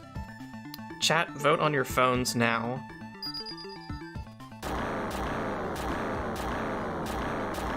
See, here's another cute place where they use the rotated looking up animation. We're gonna go for number 2. I don't know why. I picked arbitrary. Oh no, it's this one. Okay, well, we're getting this one out of the way. When I did my Knuckles playthrough, where I also got all the emeralds, I think I mentioned that. I had to do a lot of retries on this one, and I quite like this one. It's just very difficult. It's demanding, and I think it's fun. It gets very challenging. I think I'm going to kind of sit back on the thinking part of my brain for a moment, in terms of like thinking and talking, to really let this one happen, because if I try to like, oh no, if I seriously try to dedicate myself to discussing a subject while doing this, I'm gonna go insane. And I'm going to lose the special stage a bunch, so I don't really want that either. There's a very clear and specific rhythm to getting these opening sections down, and then it speeds up after you're done getting your perfect, and you have to contend with everything else the special stage wants you to do. If you react too quickly, you fling yourself in a bumper, which just throws you right back at the sphere you just turned red. Oh man, first try. Like nothing. Oh, and it's the blue one. For me, how did I know? I honestly didn't know. That's awesome.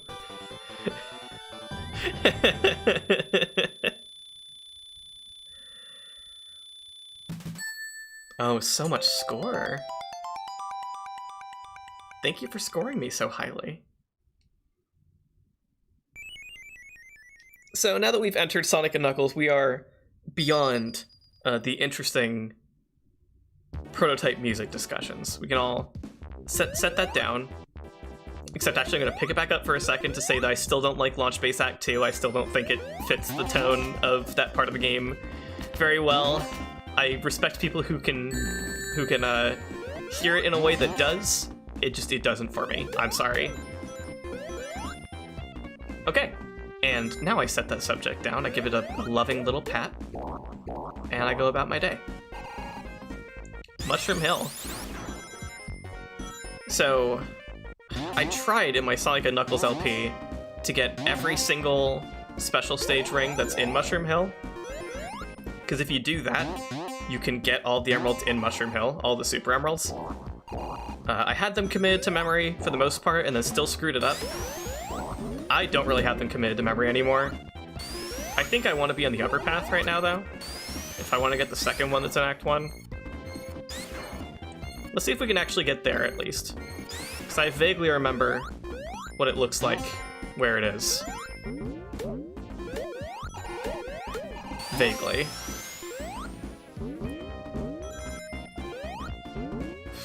Have I missed it already? I might have missed it already. It's a worrying thought. Let's use this tiny slope. Oh man, that was so good. And go further off to the left. What's around? Who's where? What's down? We can use looking to our advantage. Well, it's certainly not right here. Oh, that was a bad jump. I think oh, well, okay. Well, we're just gonna be down here instead. Not so successful so far. Oh god, those dragonfly enemies. Give me so much trouble.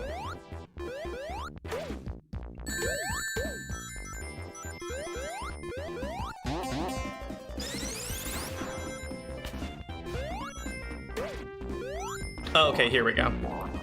That's so funny. I recognize this exact spot with the two mushrooms like that and the butterfly enemies. It's just down here, I think? Yeah, just down here. Hooray! I can remember small things. Alright, well, let's do 5. I don't know why. I don't mind this one. This one can get tricky, but it's not too bad. All you gotta do is make sure to get this inside stuff before you get all the outside stuff, if and you want it perfect. I mean, maybe you don't have to make sure, considering there's 2 of those 6x2s, or sorry, 3x2s. There's 6 spheres in them because 3 times 2. All you gotta do is make sure you get those last. If you want to do the inside part last. But otherwise, you do that part, then you do all the outside parts. Because no matter what, if you're just taking stuff as it comes to you, you'll get all these rings from these ones before you hit the single blue spheres that act as gates in and out of these corner sections. And such concludes my formal analysis of this special stage in Sonic & Knuckles. Join me next time, where I will give a formal analysis of a different one. I don't know which one yet. Vote on your phones! I don't know why, but riffing on Vote on Your Phone is just one of the funniest things to me. I didn't even, watch many shows as a kid that involved that, but I watched a couple, game show type stuff. I know that sort of thing also is happening on Survivor type shows. And it's so funny. Just Vote on Your Phones is so funny. I don't know anything that does that anymore, even though it should be easier than ever to ask people to go on their phones to vote on something. They're your phones. Smartphones have completely changed our relationship to phones, and in fact made them more prevalent than they were before, and easier to use. So yeah, vote on your phone. What's so hard about that? And yet, it's just not really a thing. But dang it, I'll vote on my phone if you want me to. Actually, the more I think about that, it's got to be voting in a very specific context. If we're talking like an actual political vote, I'm not going to vote on my phone. That, you can track me through that. That is not anonymous. Compared to, you know, a ballot that you can put in a privacy sleeve and put in an envelope and drop off, and you put none of your own personal information on it. Okay. Oh, I missed it. I missed it twice too. And at least I'm getting out of magnetic orbs with a nice ring count. Never mind. Alright, there's another special stage over here. Which is it gonna be, folks? It's gonna be 6? Okay, it's gonna be 6. Understood. Thank you so much for directing me in this troubled and trying time. Yes, this is the one where the central gimmick is, jumping to complete stuff. And to get all those delicious, delicious rings for your perfect. If you're not going for a perfect, you can just walk straight through that line of blue, which is funny to think about. Okay, we're just gonna casually go over here also. I do find it kind of interesting, and this is funny, to me at least. The Sonic 3 special stages are very like, here's just a bunch of blue sphere challenges, non-specific, you know, just a bunch of different things that will challenge you in blue spheres. And then when you get to Sonic and Knuckles, it feels like all of the special stages have ideas. Like, they have particular approaches. They want you to consider the ways that you can play blue spheres. I find that interesting. This one has the theme of partially already completed squares of blue spheres that you have to navigate in particular ways to complete to get a perfect. And it also goes to that theme of having 2 major segments that you access from a core starting point.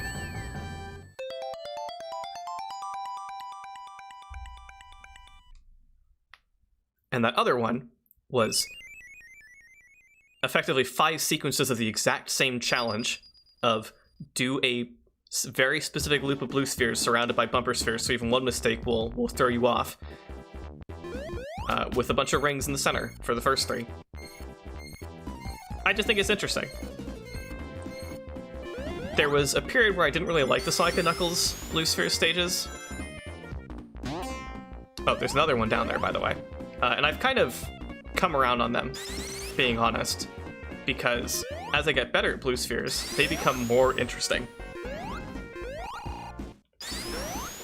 Let me up there. All I need to do is jump over... Nope. All I need to do is jump over that rotation point, that pivot point, and I end up down here. Well, thanks for taking away my fire shield. You know, I really liked that thing. You didn't have to do that to me.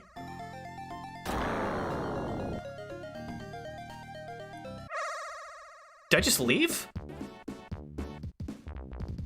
That's a thing you can do? Well, that's annoying. Good to know, I guess.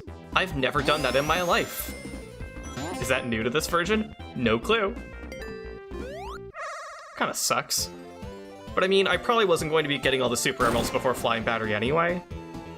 Oh, cool. I'm noticing it's really easy for me to not hit those top bumpers by accident. Oh well.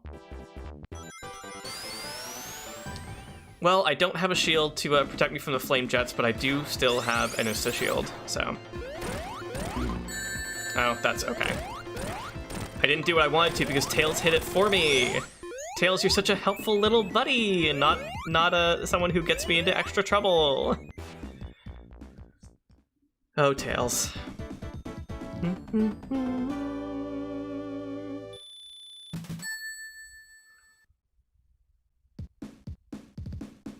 Alright. My job is to get the super emeralds in this. I have to. I didn't do it. Well, I separated my Sonic 3 and Knuckles LPs, so I wasn't getting Super Emeralds in Sonic and Knuckles, but I still didn't get all the Emeralds in that. I have to make it up to everyone. I gotta get them here. It's the law. You know, the thing is, though, is that I really wish I had better memory of where the special stages are in Mushroom Hill Act 2. Just kind of don't. Huh. That's weird. I wonder why that ramp behaves that way. It's not very helpful, I have to admit. Normally, when I go off a ramp like that, I like it to let me jump far and high. I mean, that's okay if you don't want to do that, I guess. I respect you on that.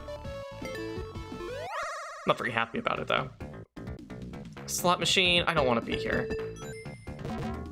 I know that which bonus game you guys depend on your ring count, but I don't have that stuff memorized. I don't know what ring count gets you where. The other thing I noticed, though, which I don't know if it's true in original Sonic 3 Knuckles, it probably is, I just never noticed, is that the different bonus games here have different colors for the ring of sparkles that show up above the signpost. So that gives you an indication of what bonus game you're going to. And while I'm here and simply observing vocally things that are true about the game, they changed how the camera works on the pulleys in Mushroom Hill for some reason. You see, in the original game, the camera hangs on the pulley when you pull it down. It hangs on where the pulley is, so that Sonic, or whatever character you're playing as, goes downward relative to the camera. In this, the camera stays focused directly on your character and follows them perfectly, one-to-one, which is an interesting change. I don't know if I like it. I guess it's fine. It feels a little more disorienting and kind of highlights how annoying those pulleys are to use. Whatever. Hey, I didn't screw this one up, did I? Was I supposed to go the other way first in order to, get a perfect? Maybe I need to jump over that. Uh-oh. Oh no, we're fine. These are the last 9 rings. We're good. Everything's okay.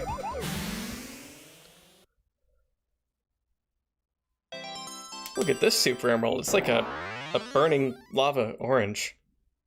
Oh yeah, there's no yellow Super Emerald, right? This is where the emerald colors just change. I think they... No, they don't maintain the Super Emerald colors for the rest of the franchise, right?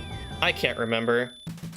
We'll think about that later, when we decide to think about it for some reason. Let's not think about it now. I don't want to think about it now. Orange. It's kind of like a red-orange. There are some people, I'm certain, who would look at that and be like, that's red. I tend to think that any red that is just a little too orange in tone is just an orange. It's so warm, it's just orange. But color preferences and views are subjective. I'm more aware of that.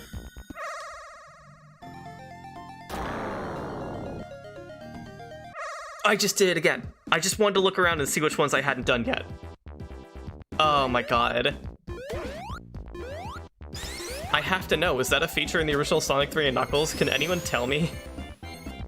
I'm gonna lose my mind. See, like, when the camera moves like this, you have to see the screen move so much more. Makes it feel like so much more exertion. It's weird.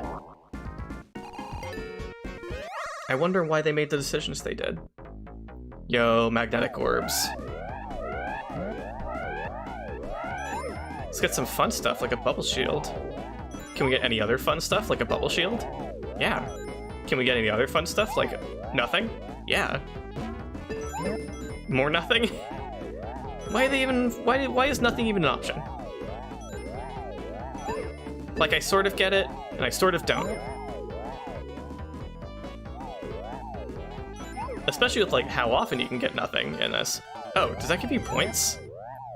No, I think I got an extra life because Tails picked up a ring. Which, yeah, thank you, buddy. Oh, I wanted that electric shield, though. Yeah, it's okay. This will be useful for the boss. I know, I hear the tractor beam coming for my butt. I know it's there.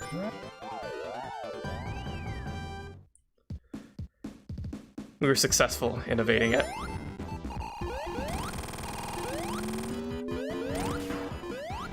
See, now I have this fire shield, so I can approach him without having to be worried about getting burned by his jets. It also just lets me catch up to him faster, so this boss fight's a piece of cake.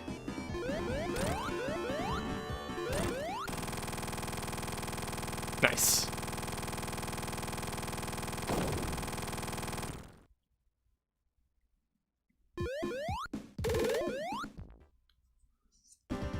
Mushroom Hill done and over.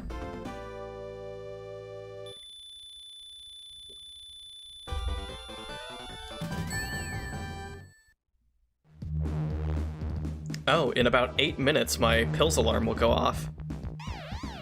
So, everyone look forward to hearing Palm Tree Panic Good Future coming in through my mic in a while.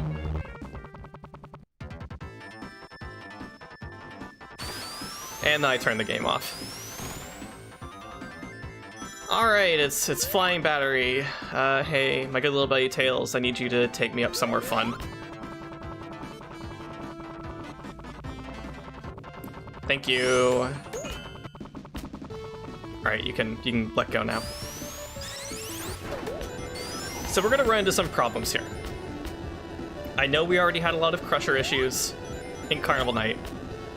I didn't think it was going to be that bad there. It certainly wasn't that bad for Knuckles going through there, but Knuckles Carnival Night 2 is kind of nothing, so doesn't really say much. But that's why it caught me off guard. But, I know exactly how much of a problem getting crushed will be in Flying Battery. I've played Flying Battery. I played Flying Battery in the original game, where crushing was already kind of a problem. It's only worse here. I don't really want to do this time. We'll just toss that away. I kind of just want to play some levels, you know? I think level playing is good and fun. Oh, and maybe if we're lucky, we'll run into the same music playback issue that I ran into when I was playing this as Knuckles. Wouldn't that be fun? Literally, I just got here, I got to this section, the music looped, and then it stopped. And it came back for half a second and stopped. And it came back for half a second and stopped. And it just kept doing that for a while. Pausing the game seemed to fix it, until it looped again and then it would start doing it again. So I'm curious if that's going to happen again.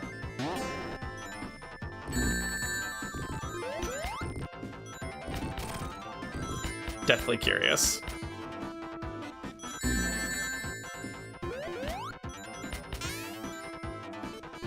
Seems like it's fine right now, so maybe it's just a one-time issue. Who can say? Oh, something I only just noticed. Or maybe I had it pointed out to me already, but I'm just only now, like, really taking stock of it. This might be true of the whole collection, but at least here the whoa, that was weird. At least here the music restarts whenever it changes to like a jingle or something and comes back to the level theme. That's weird. Tails, stop flying. I know it's your thing, stop doing it. You have to do what I say. I'm your best friend. And that's kind of annoying. I don't know how they managed that one when I don't believe that was a thing in the Sonic 1 and 2 remasters. I don't think so. And it wasn't even a thing in Mania, right? I don't think it was. No, I don't think it was. And, you know, the other important thing is it wasn't in the original games. The original games always had programmed into them fade in and fade out functions, which were really nice because that meant, you know, outside of edge case scenarios like drowning, the music didn't restart after getting like an extra life or the like. Always a big fan of that. Being a little slow on the trigger right now for some reason. I think it's because I was expecting the left arm to go each of those times, and the right arm went, and I was like, why isn't the left arm moving? I have no idea why I was thinking like that. The human brain is just impossible to understand. And nothing for me today. That's okay. I'm fine. I don't need a reward. I don't need a reward for bouncing the signpost. It is an intrinsically fulfilling act.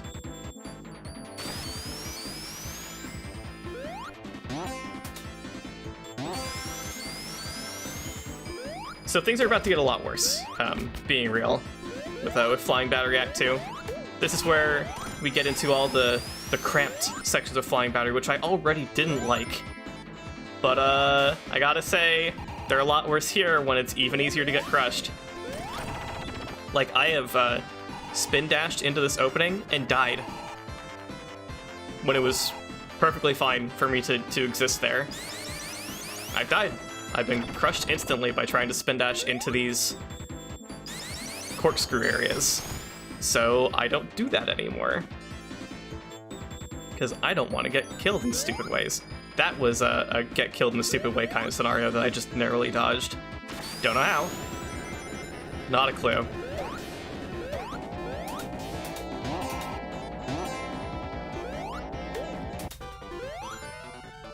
And see, right here, this is scary. But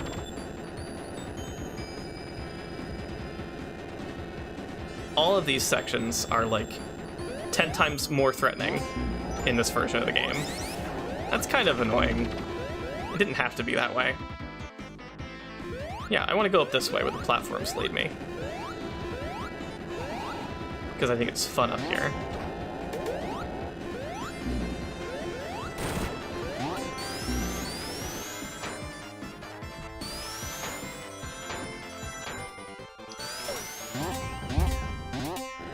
And, you know, great opportunity to let the game play itself while I drink some water. I think going this way I did dodge the push the spikes to get into a special stage spot, though. That's unfortunate. We'll just do it another day. Right now, more than getting super emeralds, I'm just scared of getting crushed.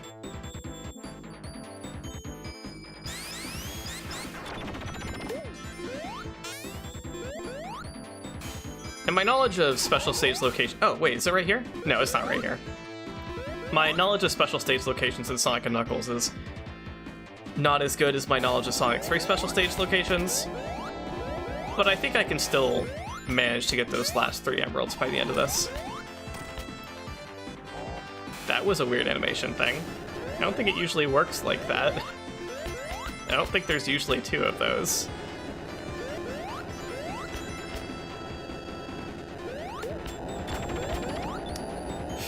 Again, I feel like it's important to go back to the thing that a slot machine. I don't want to be here.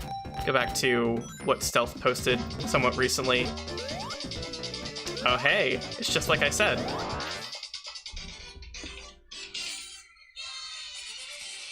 Thank you very much. I'll make sure to take my pills when I get my breakfast after I'm done playing a Sonic game. The thing that Stealth said on Twitter recently about the build in Sonic Origins not being identical to the build they submitted. A lot of the weird, unusual, oh my god, I almost died. Really bad. Unusual way some things work or interact or anything like that in this. A lot of it is probably due to whatever Sega did in whatever Sonic Team did in getting this into the collection, probably. Aside from stuff like the crushing issue, which is definitely an issue with the Retro Engine Sonic engine, because it's been a problem in every single remaster they've done. Every one of them, except maybe Sonic CD. Can't remember. And Sonic Mania. Oh my god. Did they make it so you could actually finish that boss early? That didn't used to be a thing, did it? That's cool. I was just jumping at it because it was fun. I can get behind that kind of change. Honest. Yeah, we'll just hit 200 rings before we get to the boss for whatever reason. I don't know why Flying Battery Act 2 happened to be so ring profitable for me. But it just was.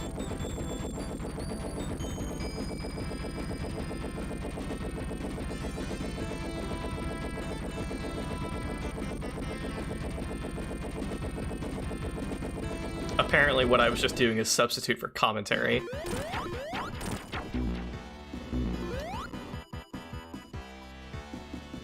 It's too bad that this is Sonic and Tails playthrough and I don't get to show off the new Egg Robo sprites for this.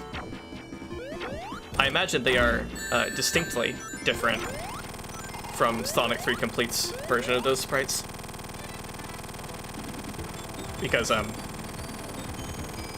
the devs on this couldn't just use anything made by other random fans. That's not how that works. Some people out there really seem to believe that's how that works. That's kind of insane. Even if you own the brand that someone made some content for, I don't think you just have the rights to use their work without contract and without compensation. I'm pretty sure that goes against some kind of laws. So, just saying.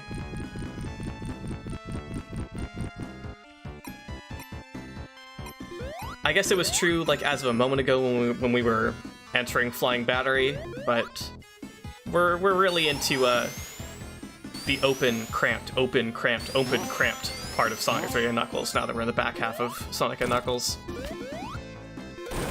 Flying Battery be like that.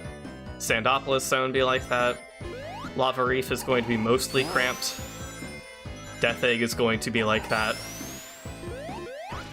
We'll get a brief reprieve in everyone's favorite Sky Sanctuary. But I mean, it's Sky Sanctuary. Everyone loves Sky Sanctuary. Oh, come on! Can't believe you just did that to me. Wow.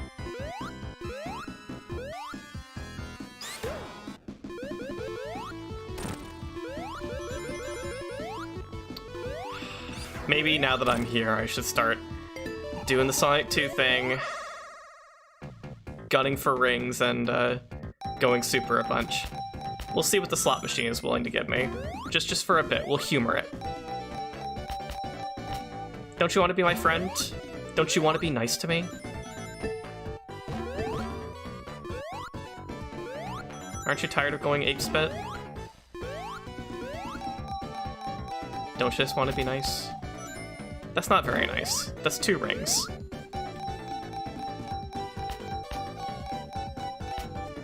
Thank you. My little buddy coming through for me. I don't want to rotate though. I want to leave. I don't want to bounce either. I want to leave. I want to go home. I'll just wait in one spot. That's probably the easiest way to get out of here, huh? I should just do that every time I want to leave. Anyway. Oh, that's right, I don't have all the Super Emeralds. Oh no, okay. Alright, well, new objective. I think I know one place I can get a super ring, or a big ring in Sandopolis 1. I hope I do. I think it'd be really cool and attractive of me if I did.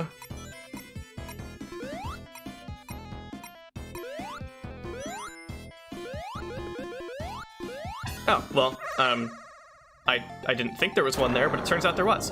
So let's not walk back up on the teleporter. I just want to look around. Yeah, I've got 3 left. Let's do 7. Yep, this is the 7th one.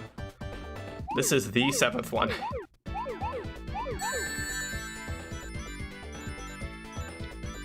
This one... Didn't I make it to this one in my Sonic and Knuckles LP? Maybe I didn't. Maybe I'm just thinking of how often I practiced it before I did the recording. I just know this one has given me a lot of trouble. It has given me a lot of trouble. But also, last time I did it, it didn't go so bad. So, maybe it was just that it was giving me a lot of trouble, you know? Something can give you a lot of trouble without it. Tails just phased through all that. He didn't even jump. Someone could give you a lot of trouble without it actually being bad or that difficult. It can just be you were having a lot of trouble with it. Sometimes days are like that. Now everyone, remember, at the end of this special stage, there will be a single ring that we have to divert ourselves for.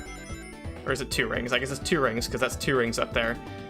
There will be 2 rings that we must divert ourselves for by jumping over this blue sphere. So easy. Easy every time. Oh, and there's the light blue emerald. I was looking for you. Now I know forever. Those 2 are the blue and cyan emeralds. Now I know.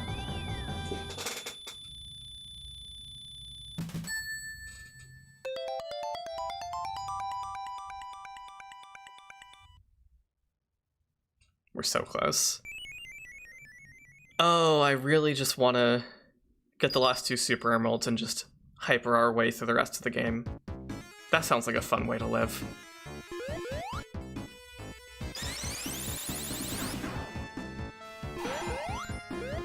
Now, if only I can remember where other special stage opportunities are in Sandopolis. I say remember, but the reality of it is that, like,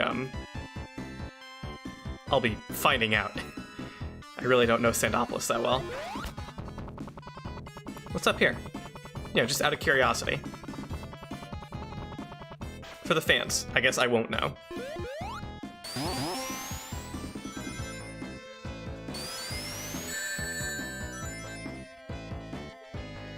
Someone on the LTA Sonic server pointed out yesterday how they really like how the ring scatter is in this one compared to the other games. And my friend Viv came along and said, oh, it's probably because this one is built off of Mania, particularly. So it's using a lot of the same aesthetic functions of Sonic Mania, like the way rings scatter. And that made a lot of sense. I still haven't, like, actually actively compared the ring scatters or anything to be certain that that's what's up, but, like, that's probably just what's up. Sonic Mania is a very aesthetically pleasing game in terms of motion. They did a lot of cool stuff like that. I think there's another special stage to the right here. Or maybe I'm just wrong. I could just be wrong. Like, that's the other funny thing about all of this, that anytime, anything I say could be wrong. And you would just have to believe that it was wrong.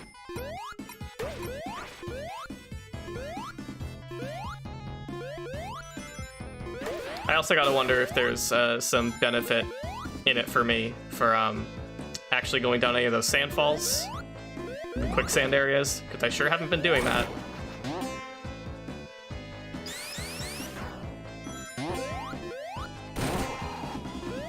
But I don't really want to find out. Oh, that's cool. Well, you know what? Maybe I will, now that I've been set back. We're simply going to do different things. Oh, this one's just death. That sucks. I don't like that. Like, I actually have a pretty strong criticism of that, which is that the language of the level so far has been that quicksand pits are safe to go down because they take you to different places.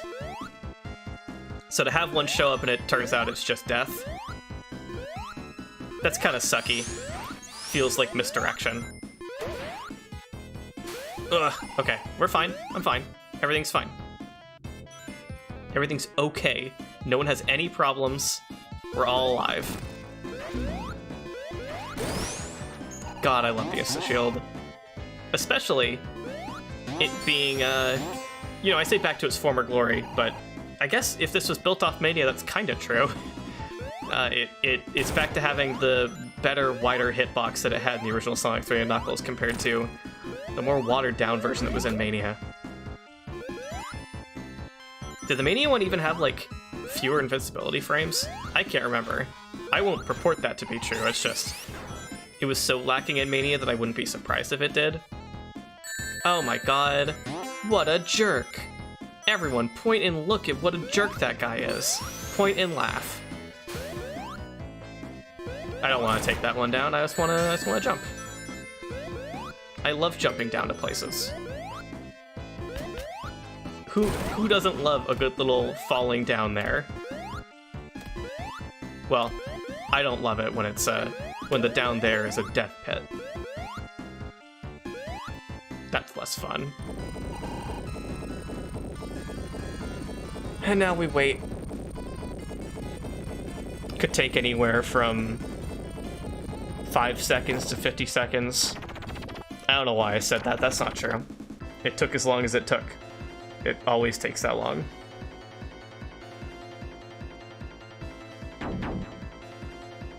And yeah, now we wait some more. Hey, big guy. Why don't you, come on over? You know, I've got some fun games at my house if you want to come hang out. Can play some Soul Calibur. Those look like fight stick hands to me. I got a fight stick for you.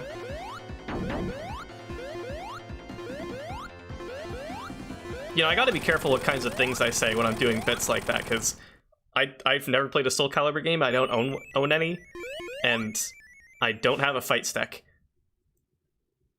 It's too much money for my blood.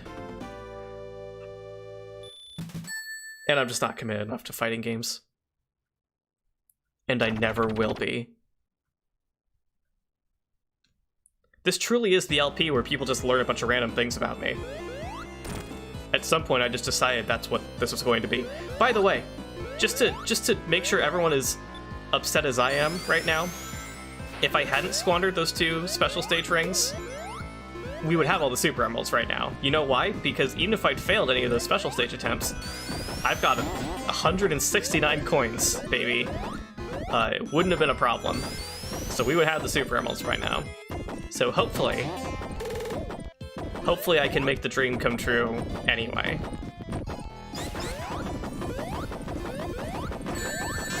Well, you know what? We're just not going to turn the light on. I don't want to. Oh yeah, there is a special stage over here, but how do you get there? Do I have to, like, take the loop in a particular way?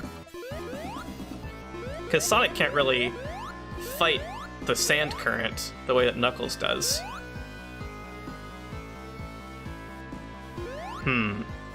Yeah, I don't know if I can get over there. Maybe not. It would have been nice to get that special stage attempt. Oh, I wonder... No, I probably couldn't have gotten Tails to help. I don't think I could have up-jumped from being on the sandfall.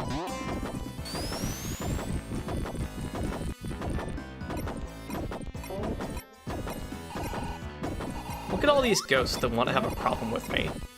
You know, they don't have to. They could just decide not to have a problem with me and we'd have no problem. But instead, they're all upset that I broke their sleeping capsule. I'm like, sorry, kinda had to. I think this way might be a special stage also. Or maybe not. This looks too normal.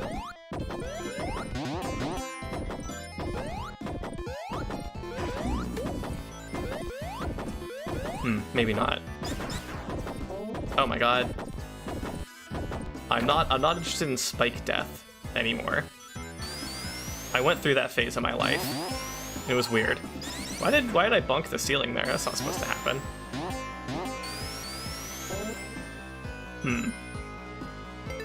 At least in my experience, this never happened. Gumball time.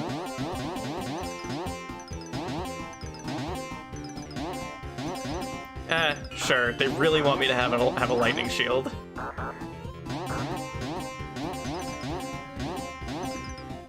They really want me to have a lightning shield. Okay, fine. I understand. Never mind. They gave me a lightning shield. Sure. I'm listening. Look at how cute those ghosts are when they're tiny teeny. I mean, the Hudoros, which I'm just gonna call them because I don't want to call them boos. I know they're called boos in localization, whatever. They're good all the time, but like, man, when they're little, they're so cute. They're so little guys. Look at them. The little flowy skirt kind of look.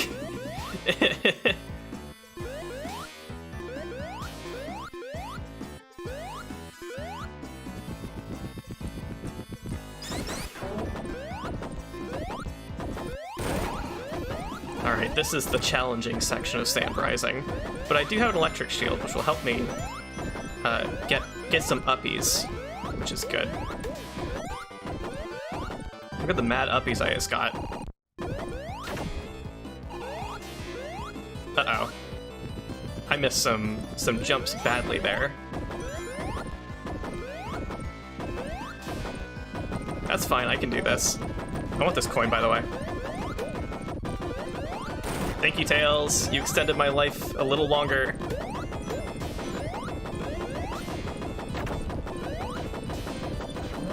See ya. Nice and easy.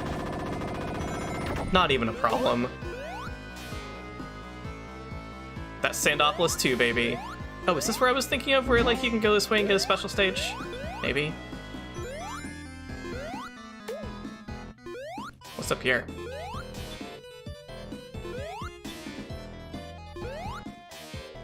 Switch, or...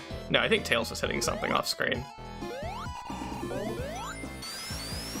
Huh, maybe there isn't anything. I just really want there to be. Oh, well, there's the Knuckles path. Whatever, he can go over there. He can have that. I don't care. I don't care anymore. Okay, well, I kind of wanted to get over here without losing my electric shield, but that's fine. Oh, I think I looped back around. Oh, I sure did. Alright. Then we'll go on the loop. And we'll lose our bubble shield that we really liked.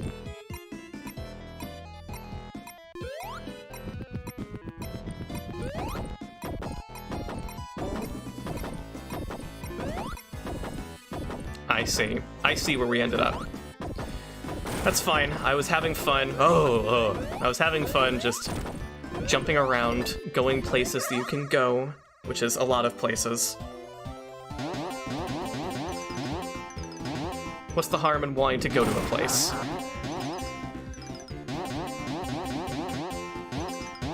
You know, I think what I really want is an electric shield.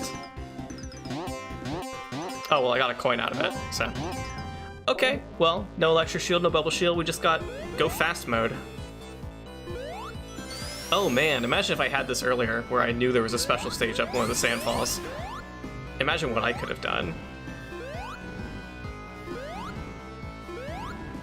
Imagine the powerful kind of person I could have been.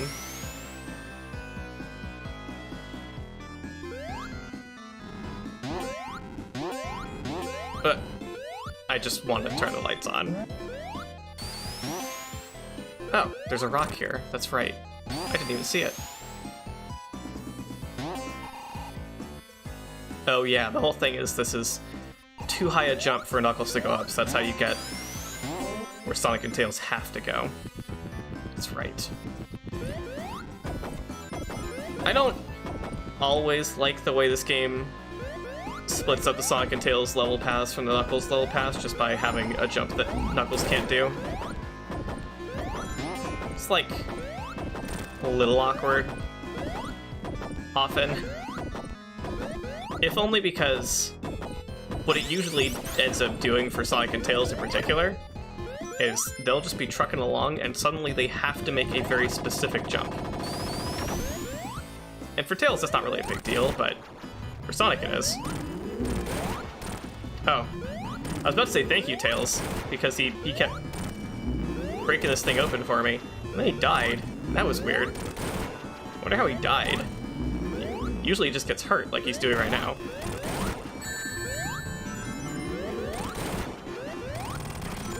Very easy Sandopolis 2 fight. But, like, what do you expect? It's the Sandopolis 2 boss.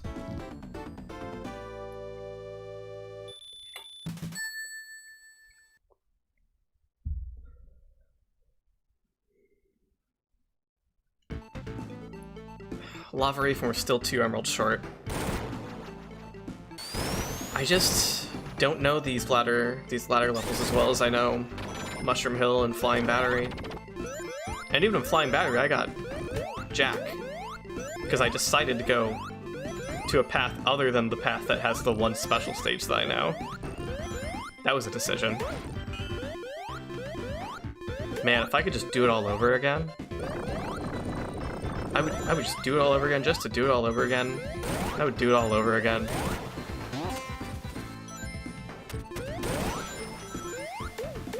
I wouldn't really, but it is very funny how this LP started out with me wanting to do exactly that. Not the whole LP, just the Sonic 3 Knuckles portion. But we are running into a real problem right now, huh? I just don't have anything to say about this half of the game. Not really. I thought that lava fall was going to last a lot shorter. You know what? Let's just take a small break. I'm gonna step away from the game and see if maybe I come back a little more collected in a moment. Well, howdy.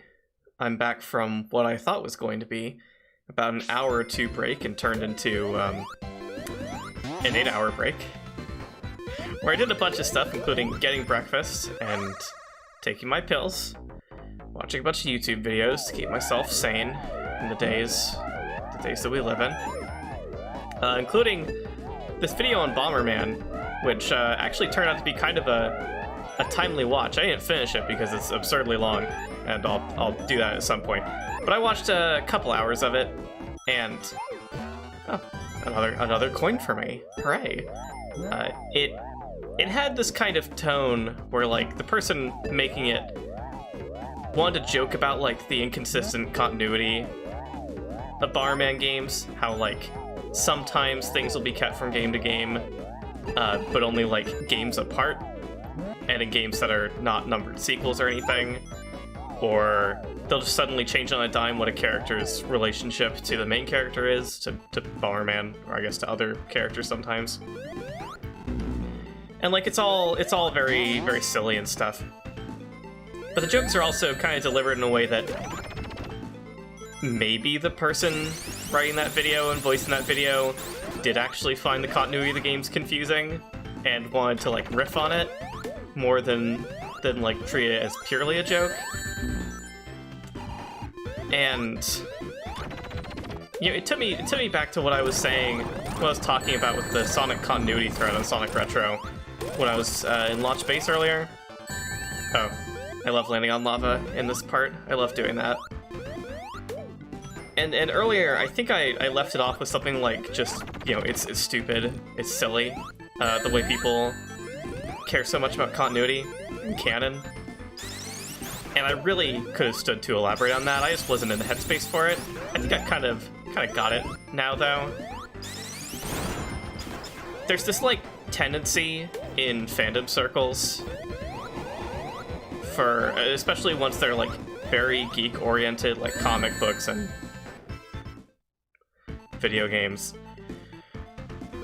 for people to get, like, very invested in trying to understand the sequence of events over the course of the whole franchise and have explanations for every single thing that seems incongruous at all.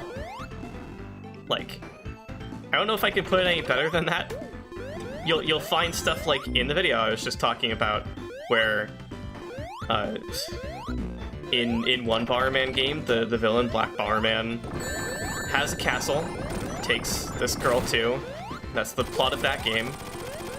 And you have to go to his castle and defeat him.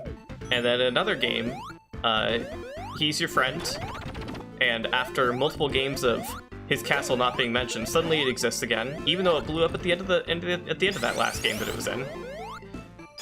And isn't that all very silly? It's like they didn't even care. And that's obviously not the reality of it. The reality of it is anywhere between the developers being interested in telling different stories with these characters. Oh, hey. Hi there. Tails, my little buddy, help me out here. Thank you. What do I have left? I've got one there and one there. This leaves the leftmost for last for no good reason. Oh, hey, this is actually like the first one in... Oh wait, now I knew why I referred to that one as Special Stage 7 earlier. Oh my god, because in the combined game they are non-linear. You can pick your poison, so to speak, with the Sonic and Knuckles special stages. But when you're playing Sonic and Knuckles alone, they do have a set order, and this one is the first one. Wow, I'm on a better level of brain functioning right now than I was earlier, which is good. I like it when that's the case for me. Huge shift in the end of this LP.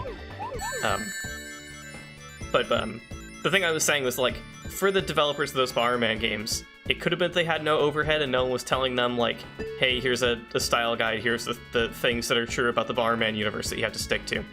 It could also be possible that they did have overhead that either didn't care or encouraged the thought of making more Bomberman games that tell completely different and disconnected stories that can't be related to each other.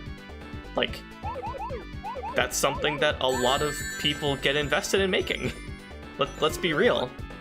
The weird obsession from subsects of fandoms for things is very much, like, antithetical to that style of writing, even though it's a completely valid style of writing. For, like, tons of types of fiction. So you get pockets of people like that, and the continuity thread on Sonic Retro and anywhere that discussion happens in other places is just the breeding grounds for more people like that, more people who are very concerned with every single thing that's happened in the actual in-game stories, in the manuals for games, making sense with other games and having an explanation. They want to have an explanation for it. For some people, it's like there's a satisfaction in piecing it together. For other people, there is a dissatisfaction in the knowledge that the developers didn't try to keep it continuous, which is nuts. Those kinds of people are going out and experiencing fiction and saying, hey, I think the people made this fiction wrong. I think they made it wrong.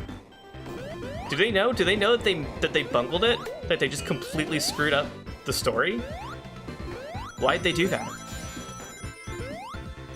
And it's just so much. Hey, there's another ring down there. How do you get to that one? Hello? Does anyone have an answer for me? I suppose I'll have to go find out. Maybe it's another just go up in a corridor where you can situation. I mean, I could try that. Oh, maybe I go up there, right? No? Huh, curious quandaries. So that's why it gets, like, aggravating or exhausting to try to parse or participate in those kinds of discussions, even as a slight outsider. Like, I am a Sonic fan. I've thought about these things. I think about these games a lot. I like them. Sometimes I find it fun to think about what it would be like for these games to be connected and what that would mean. But I don't, like, get that invested in it. I don't get so invested in it. And I certainly don't argue with the writers of these games about what their decisions mean. So, like, hopefully that explains my position a little more from earlier. It's a really weird subject that, like, people don't try to go into detail on their criticism of it very often, but people are very critical of people being like this, to be clear. It really is like pockets of fandoms caring about this kind of stuff, and other more sensible people with better things to worry about are rightfully annoyed by these kinds of people.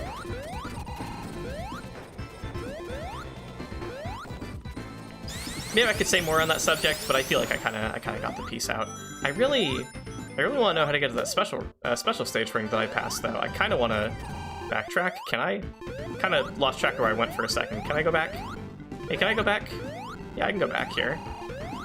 Further, further. Yeah, so here's where I was. Oh, it's a good thing I had this flame shield. Because I don't know if I can get back through that door otherwise. Door, but wall. Wall is what I meant. Wall. Wall is the word. Do I jump up through somewhere like here? Is it? Is it going up here? Is that the answer? Do I have to, like, go further up and around? Tails might be able to help here again. Because over here, these springs just send you away. They don't want you here. Tails. Tails, get over here. Okay, now get down. And now fly me. Tails?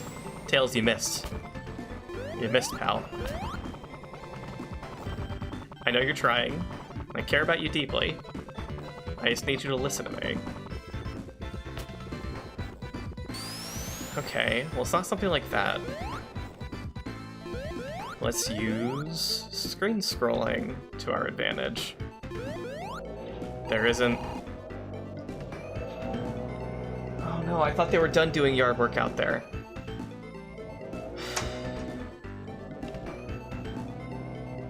Cool. Well, enjoy the yard work noise in the distance on my microphone, because I can't do anything about it short of pausing and waiting. I am not seeing how I get in there. I am not seeing how I get in there. Actually, maybe I just noticed something, actually, which is that wall extends further to the right, so maybe I need to get further around and up? I was kind of going that way. Yeah, so up and over here.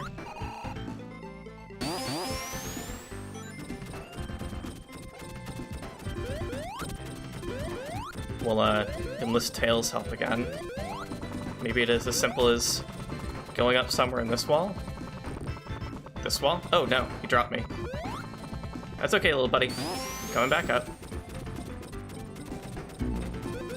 And he died somewhere.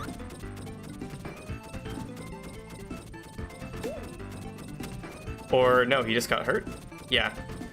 Tails. Okay, we're gonna take this nice and methodically. Tails, you're going to help me get up there. Tails.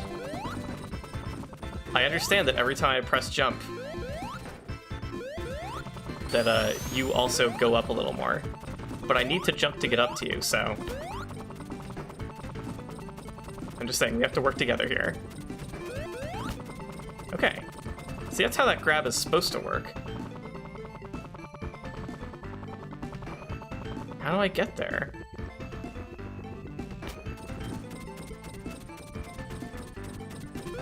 I guess I'll go for broke. Tails, how do you keep missing me? Keeps missing me on the ascent. I don't grab his hands. That means I don't go anywhere. No, there's just nothing there. Oh, cool, and I just lost the shield entirely, so... Back to good old drop dashing for me. Oh, hey, maybe I need to go up here or something. Wow, could it be that simple? I was already up here. I forgot that I was already up here. Well, why not? I meant to jump, but, you know, sometimes you don't do what you want to do. I'll check that out one more time, and if there's really nothing, then I guess I won't worry about it. But you know, I'm one special stage away. Okay, I got a stunted jump there from the terrain, so I think it's not really happening. If it's not happening, it's not happening. That's what I always say. Here's the part where I insert a clip show of every time that I said that if it's not happening, it's not happening. A thing that I've definitely said in past LPs.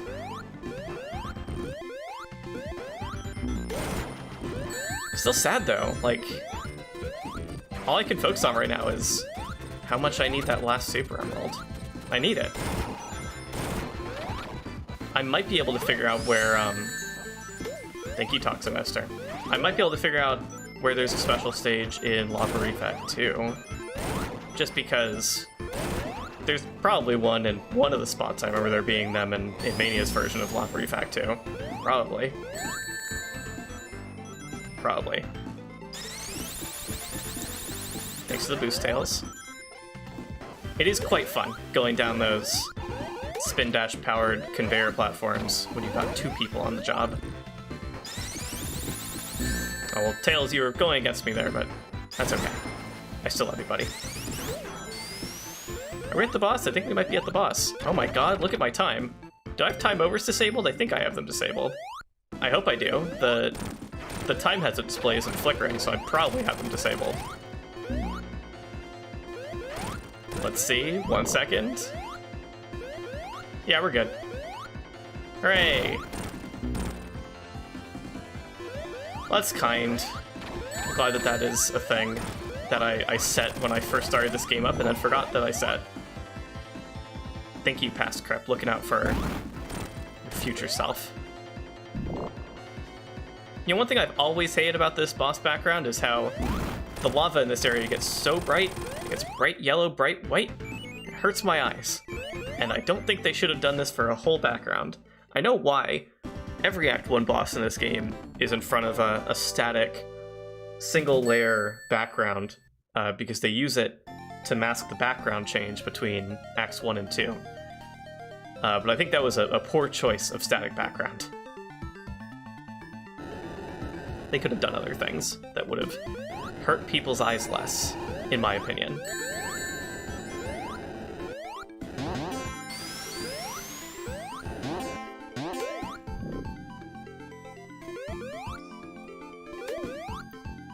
I guess just tossing out a random query to all my fun friends in the YouTube comments. How do you feel about the Lava Reef 2 theme? Are you the kind of person who felt like, oh, it's weird they used the Lava Reef Act 2 music for Hidden Palace? Or are you the kind of person who is like, oh, it's weird they used the Hidden Palace music for Lava Reef Act 2? I know both people. Both people exist. I've seen them both in the wild. I incidentally take no side on it because I don't think it's really that weird either way. I think it's just they wrote a track that fits the atmosphere of both Lava Reef Act 2 and the Hidden Palace, and that's what they decided to do. They wanted these areas to be connected, presumably.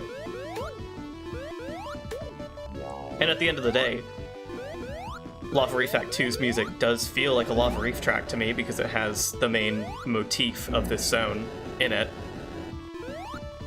So it can't be that divorced.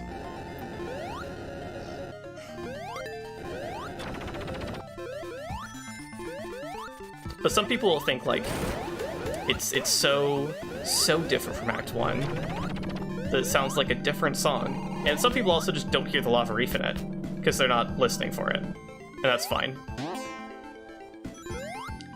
Music listening is a very active, intentional experience.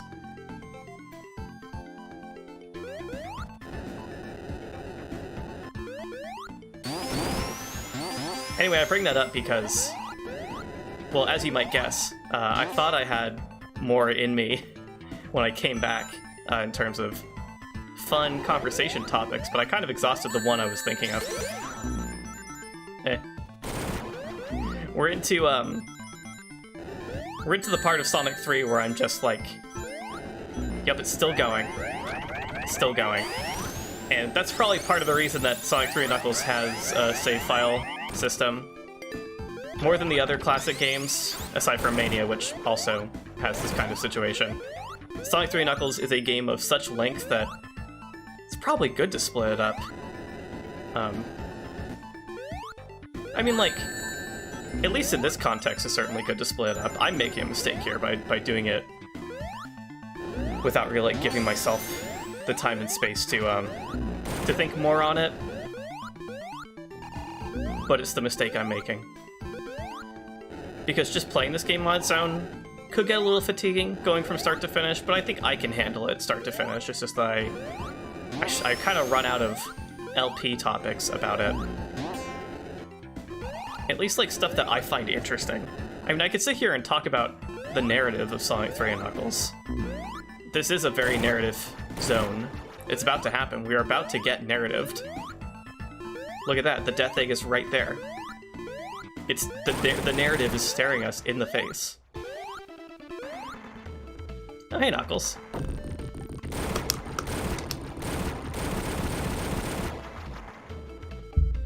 What a good pal that Knuckles the Echidna.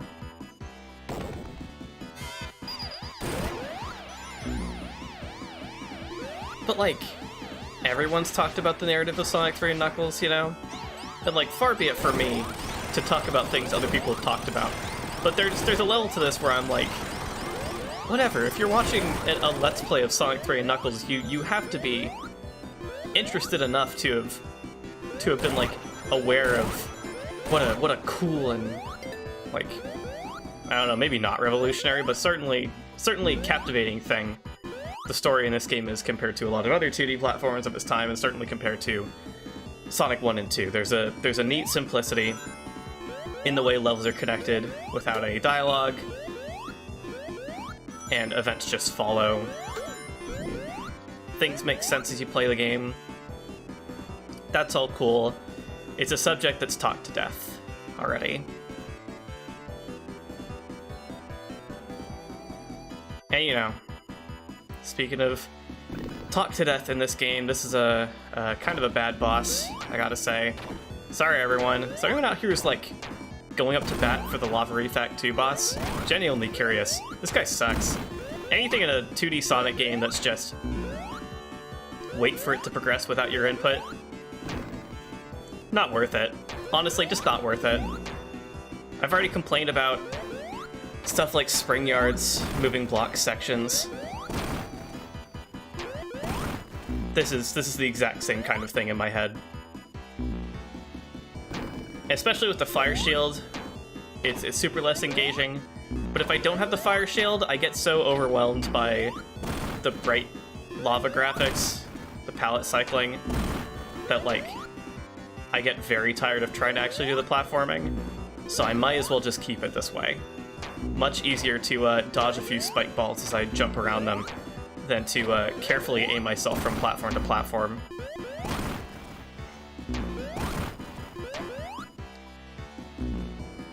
You know, maybe if this is the kind of boss where you had these narrow platforms you had to jump between, and you had to jump at the boss to damage it, and you had to manage that kind of dance, that'd be pretty fun.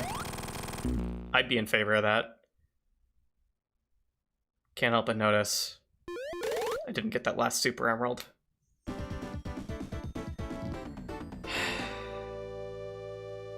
I think that's it, right? Are there any big rings in the Death Egg? I'd be surprised. There certainly aren't any in Sky Sanctuary. So I guess that's it, right? We're going to end up going to Doomsday Zone. We'll just be doing it as Supersonic instead of Hypersonic. And I lost out on my opportunity to blaze through the rest of this game. Just like the cat. Just like the cat. On more fun notes, we can see if the Knuckles fight is any different in this version or not.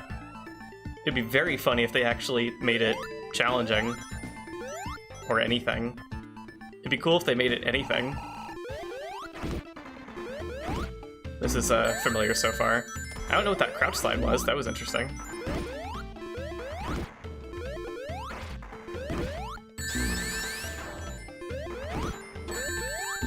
Yeah, okay. It seems like I could kind of push Knuckles around, so he slid there because I was occupying his space and he didn't want that.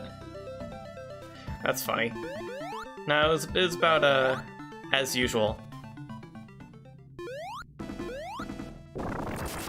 Hey, you mind if I just go over and jump on? Okay, all right. Guess I can't. Oh wow, look at us in speed formation, just like Sonic Heroes.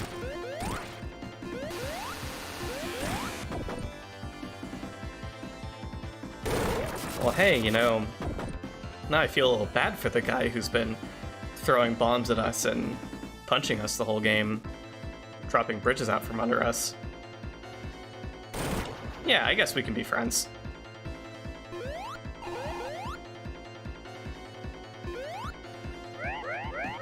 Wow, he's real tuckered out.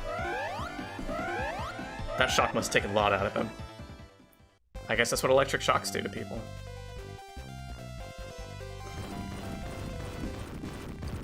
But I'm fine. I didn't get shocked by 100 volts, so I'm good.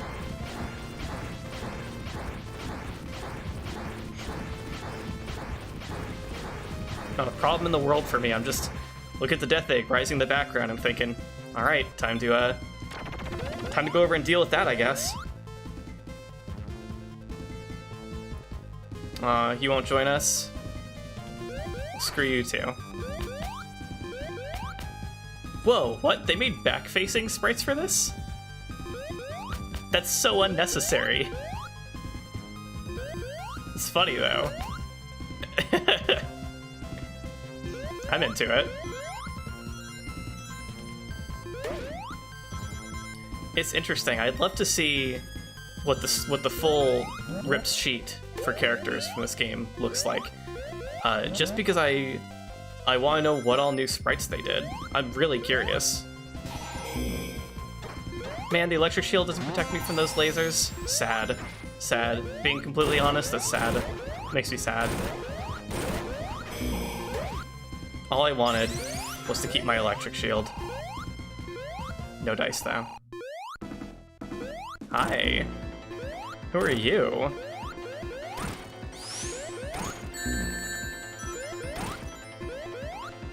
It's kind of weird. I don't recognize this Metal Sonic. Looks different from the one we saw in CD, looks different from the one we saw in 2. I don't know why I'm doing this bit. I don't think there's like any direction for this bit to go in. Oh no. That was rude. Now I don't have any of those rings either. Guy just shot me, now I don't have any rings. Okay, now I have rings, so it's fine. No problems anymore, it's all good.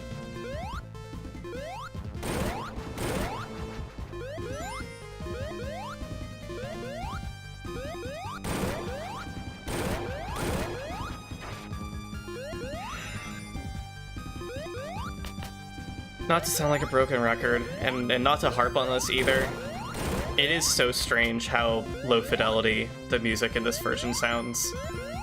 I really gotta wonder what was going on with Sonic Team for this package. And I'm very glad that once I'm done with this, I can flip on a music mod that'll bring things back to a crisp, higher quality audio for the game. Something else I might do myself if I can learn how music is stored, music is compressed for this game, is recreate the music loops for the Sonic CD soundtrack for this, but with higher quality versions of those tracks also. Because I was kind of into it. Kind of like the way they handle a lot of the music loops in this when I was playing. Oh man, everyone remembers this boss. Gave me a lot of trouble for no good reason. That's fine, this time we have the insta-shield, so it's kind of literally nothing. Love a little, literally nothing in our lives.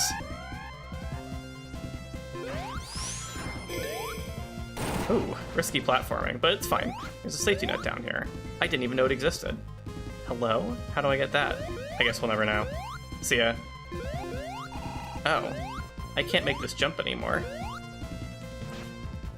Ooh, I don't want to be down there. Would that platform like to respawn? That would be cool. This is a weird section of level. We're forced to go back up from that small section the way you're forced to go back if this platform's gone. Weird design.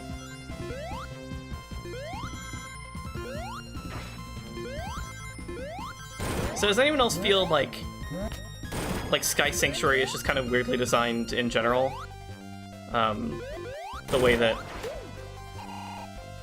like, because it's kind of designed around making it possible for players to lose a lot of progress by falling, it's also possible for players to gain a lot of progress by jumping in weird places. Or I suppose even, like, if you're playing as Tails, you can just fly between levels really easily in this zone. make a bunch of vertical progress that way. I wonder. Let's just go up. Tails, take me up. See that? We're going up. Yeah, just like that, we're at the end of it all. That just happened. See, it's kind of funky. Kind of reminds me of like Winged Fortress in a way. Except in Vanilla Sonic 2, you didn't have any way to just gain a lot of easy height like that. You had to either be super or really know the terrain and make some clever jumps.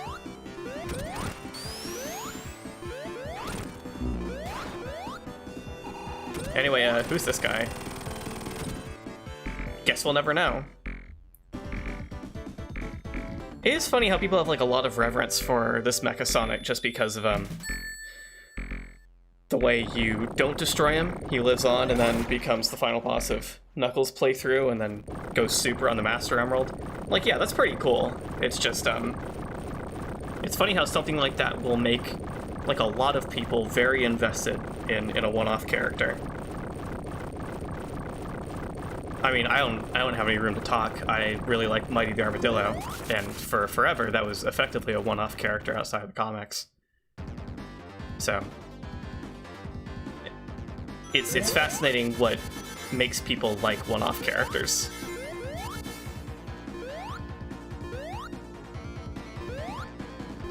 Now for me, I tend to get invested in a lot of one-off characters, but they still have to like meet design sensibilities that I like. So I never really like cared that much for the Mecha Sonics in this game in Sonic 2. Just because I don't really care for robots that much.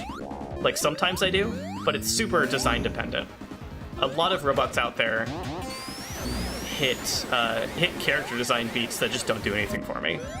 I'm not really interested in like the mechanical in characters. But I know a lot of people who are. One of my friends that I've had for a long time, she's a huge fan of Transformers. I said one of my friends, sorry, two of my friends that I've known for a long time are big into Transformers. These people don't know each other either, which is funny. They don't know each other as far as I know. And as an outsider to Transformers, I don't think I could ever get invested in any form of it because it's always just been like such abstracted forms of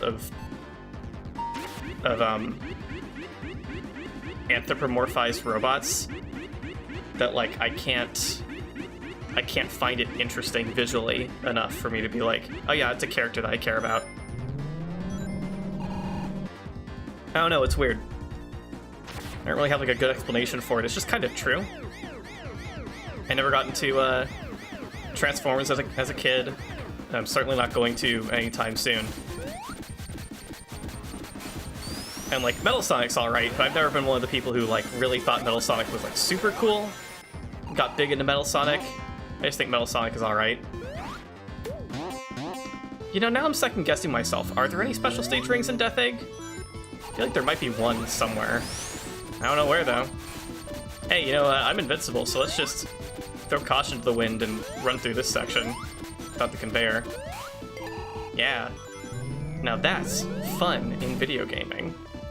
What happens if I go up here? Oh, there's no up there at all. Understood.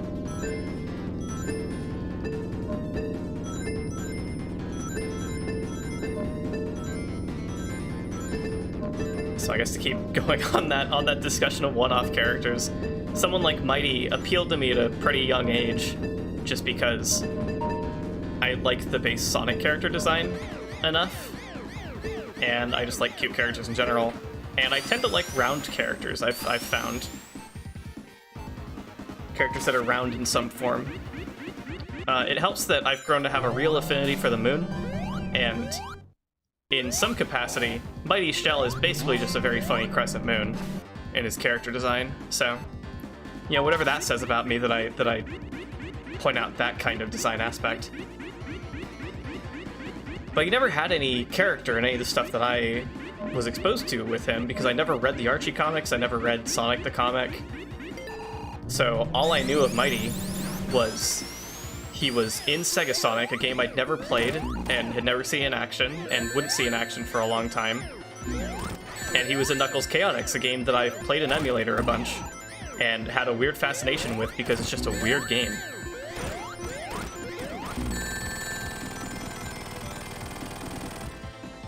And because he was only in those two things, in my mind he was basically only in one game. Now that was true of the whole Chaotix, but then Sonic Heroes happened. So I kind of got used to SPO and Vector and Charmy existing outside of Chaotix. They were very normal parts of the Sonic universe. But Mighty didn't have that, so... Ooh, don't kill me, please. Hooray! Thank you, Red Eye. Wow, I'd never considered getting a free hit in when it's doing the recovery animation there. It's pretty good. So Mighty remained like a special character in my mind. I just thought he was neat.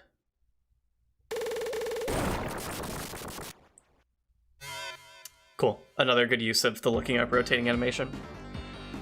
And sometimes when you think something is just neat, that's all you really need to go from that to really liking it and devoting a lot of your time to making fan art of it and like recognizing yourself as one of the few people making fan art for the thing actively. Funny, that kind of changed when Sonic Mania Plus happened. Go figure. When you give an obscure character more of a spotlight, more fans emerge. Whether they were quiet fans before, excited about the new space created for this character, or just completely new fans who were not familiar with that character before, or weren't invested in that character before, who had a, just like a new realization in their life that they really liked this character.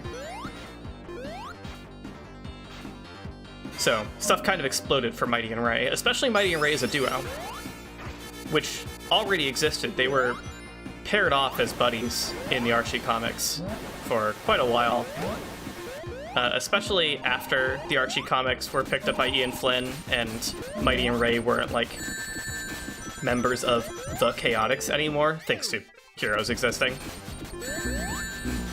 They had to keep those two characters had to keep existing in the universe though, because they were already there and Ian Flynn didn't want to write them out, and Sega at the time wasn't like, no, you can't have these characters in the story anymore because we're not putting them in the games.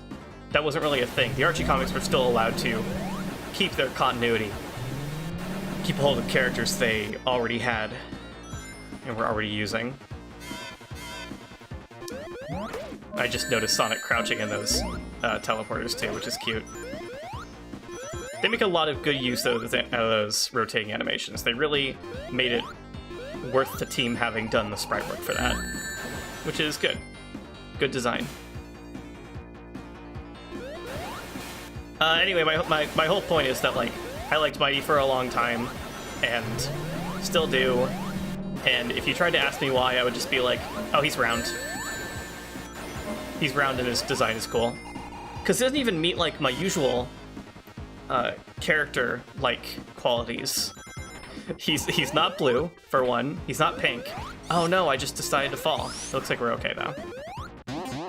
He's not blue, he's not pink, and he's not like a seafoam mint green or anything, which are my three favorite colors, and colors I like to see on characters. He's not a girl.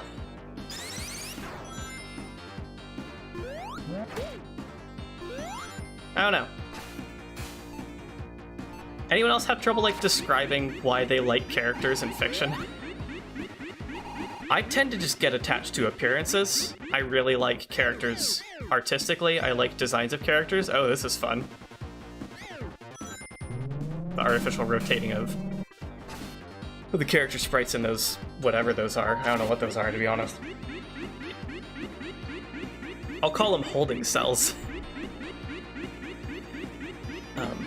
Anyone else just like... Does anyone else relate to that? I tend to get attached to characters less for their story and more for them being characters I like looking at. And Mighty was one of those, but like to a lesser degree than most of the characters I really like. A lot of characters I like looking at, and then I also project onto them. I don't really do that with Mighty. I kind of used to for a little bit. But I don't know, I guess I kind of dropped that when I became friends with Mighty Sen on Twitter. Oh my god, I was dawdling so much in that section I got shot at. So fun. So funny. We'll just let the slot machine happen, you know? Give me that Knuckles. Boot me out however you're going to. When I became friends with Mighty Sen on Twitter, not because like I didn't feel like I was allowed to like Mighty at that point, I just felt like I started to associate him more with a trans mask feel, and I decided, you know what? That's okay. I don't have to feel like I can't have him anymore. I'll just appreciate him differently.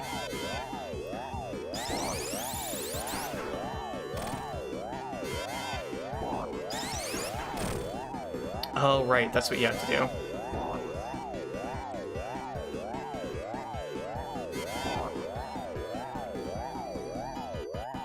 I mean, I can also just do the elevator trick, which is just timing it so that those things fall on the main thing. This boss is weird. How do I even describe it? I'm just resorting to things and things. I mean, it's kind of true. What do we got? These little spiny shells? Spiny shells on wheels that we need to fall onto a big orb with eyes and a bumper. Until eventually it's gotten hit with enough that it blows up. I guess that's it.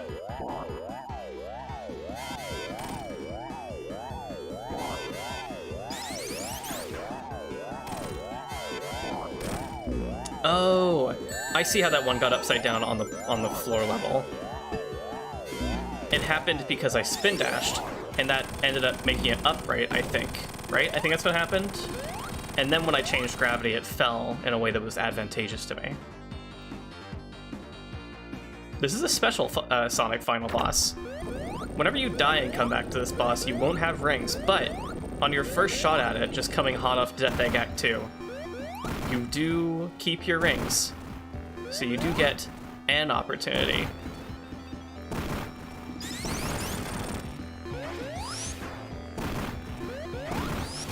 Oh, that's fun. Drop dash is now where this boss is at, I've decided.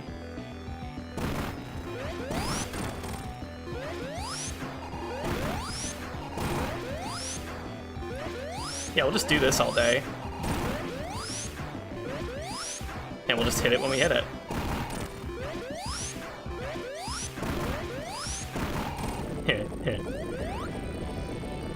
I like the rhythm of this second phase of the boss a lot. Hit the nose, hit the laser, jump, dodge the fire, hit the nose, hit the laser, hit the laser.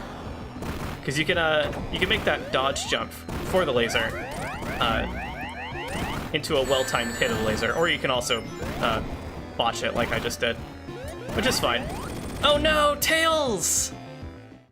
My friend Tails, you're always doing this to me. If only, you know, if only the hitbox didn't just disappear when it's taking damage. Whatever. I could do this again, no rings. I'll just play better.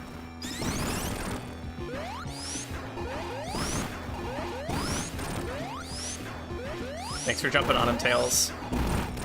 Helping me out big time.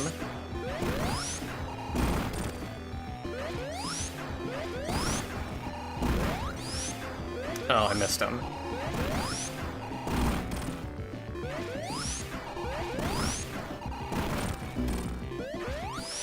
Okay, maybe I should just jump. There's no point in speeding around when there's only one finger left. Though it is fun. I suppose that is point in and of itself.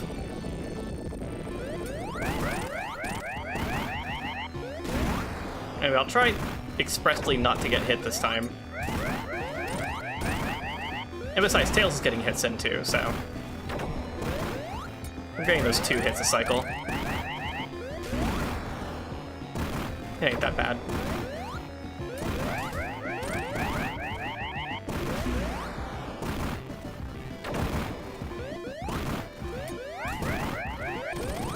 Alright, I was very careful to pay attention to when Tails was actually going to hit it, and when I should watch out for hitting it myself. This is it. The final moments of Sonic 3 and Knuckles, and I just pushed against the edge of the screen. Man, screw this guy. Anyone else just hate this guy? Ugh. Wow, I feel like you get bounced back farther in this version. Okay. We'll do it again. Not a problem.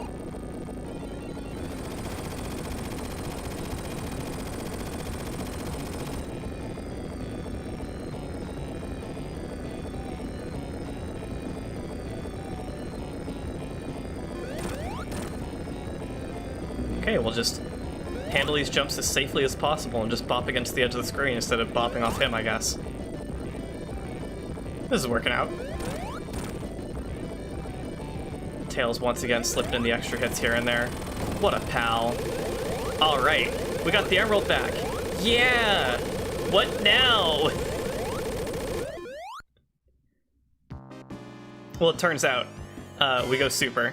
That's funny, there's no transition for Doomsday Zone. I kind of forgot it was like that. But on some level, once I realized that that's what was going down, I was like expecting there to be more of a transition. Alright, I need to take this seriously. This is the ring collecting phase.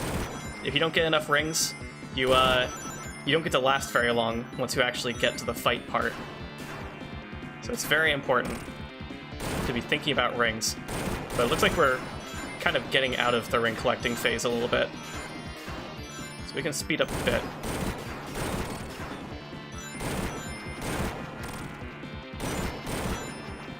Now the nice thing is, getting hit only takes your control away for a moment, it does not take any rings away. So if you have any position nice during this section, it's not a huge setback. Still pick up some rings here and there. There we go. No more meteors, now we're in it. Alright. Shoot those missiles.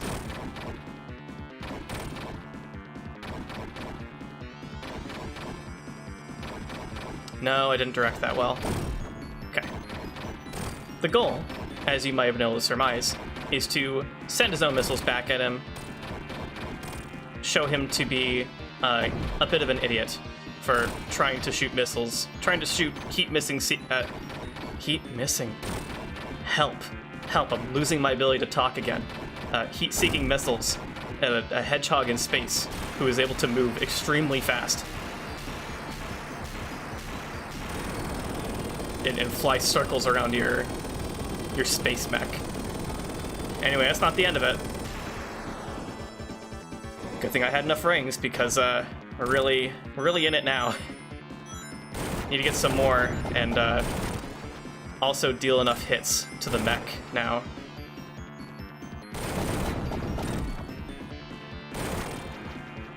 This can get a little dicey.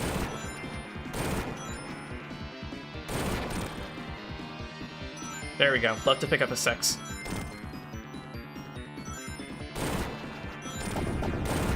Okay, I think we're kind of in the green here, so to speak. Yeah, we're good. Nothing to worry about, nothing to be afraid of.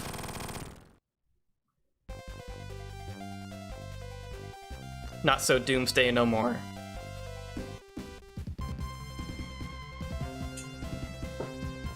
Wow, it's just like the end of Sonic 2 also, except there's a big emerald there now.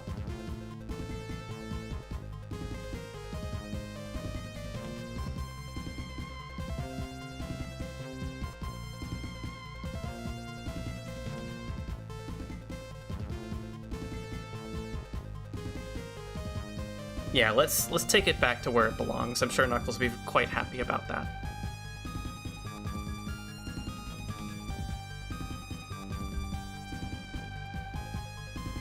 I've always liked this little pixel version of Angel Island. I really like the temple you can see on the right side of it.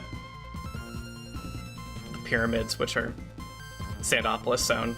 There are a lot of places on here you could equate to actual levels in the game, which is cute. Oh yeah, I can actually see a little bit of a forest there, right next to the pyramids. That's probably Mushroom Hill.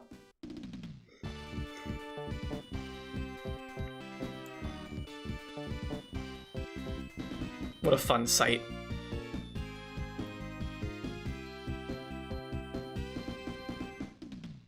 Now, Sonic 3 and Knuckles, I'm going to take a small moment to just chill, because somehow over the course of finishing out this recording session, my stomach has decided to be less happy. I think I just need a moment. So, enjoy the credits of Sonic 3 and Knuckles while I chill for a bit till we get to the end of Sonic Origins story mode.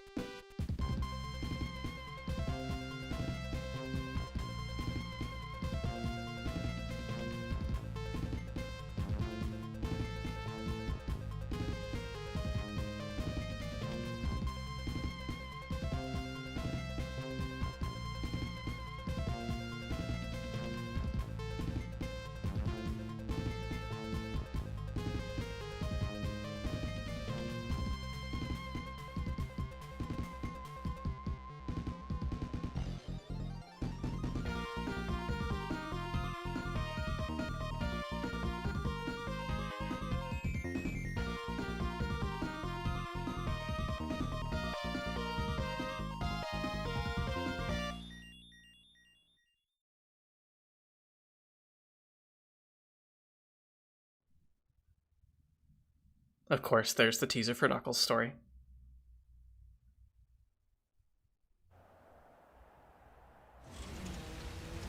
The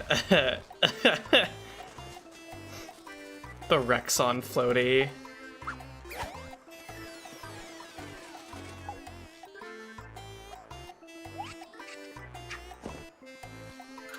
This arrangement is nuts.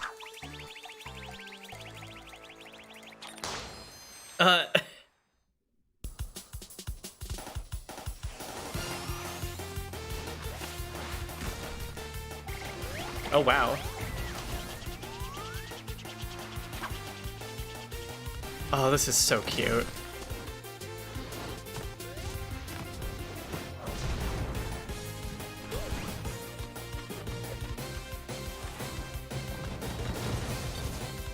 I love the way they animate Amy. I love the way they animate all of this. Oh my god.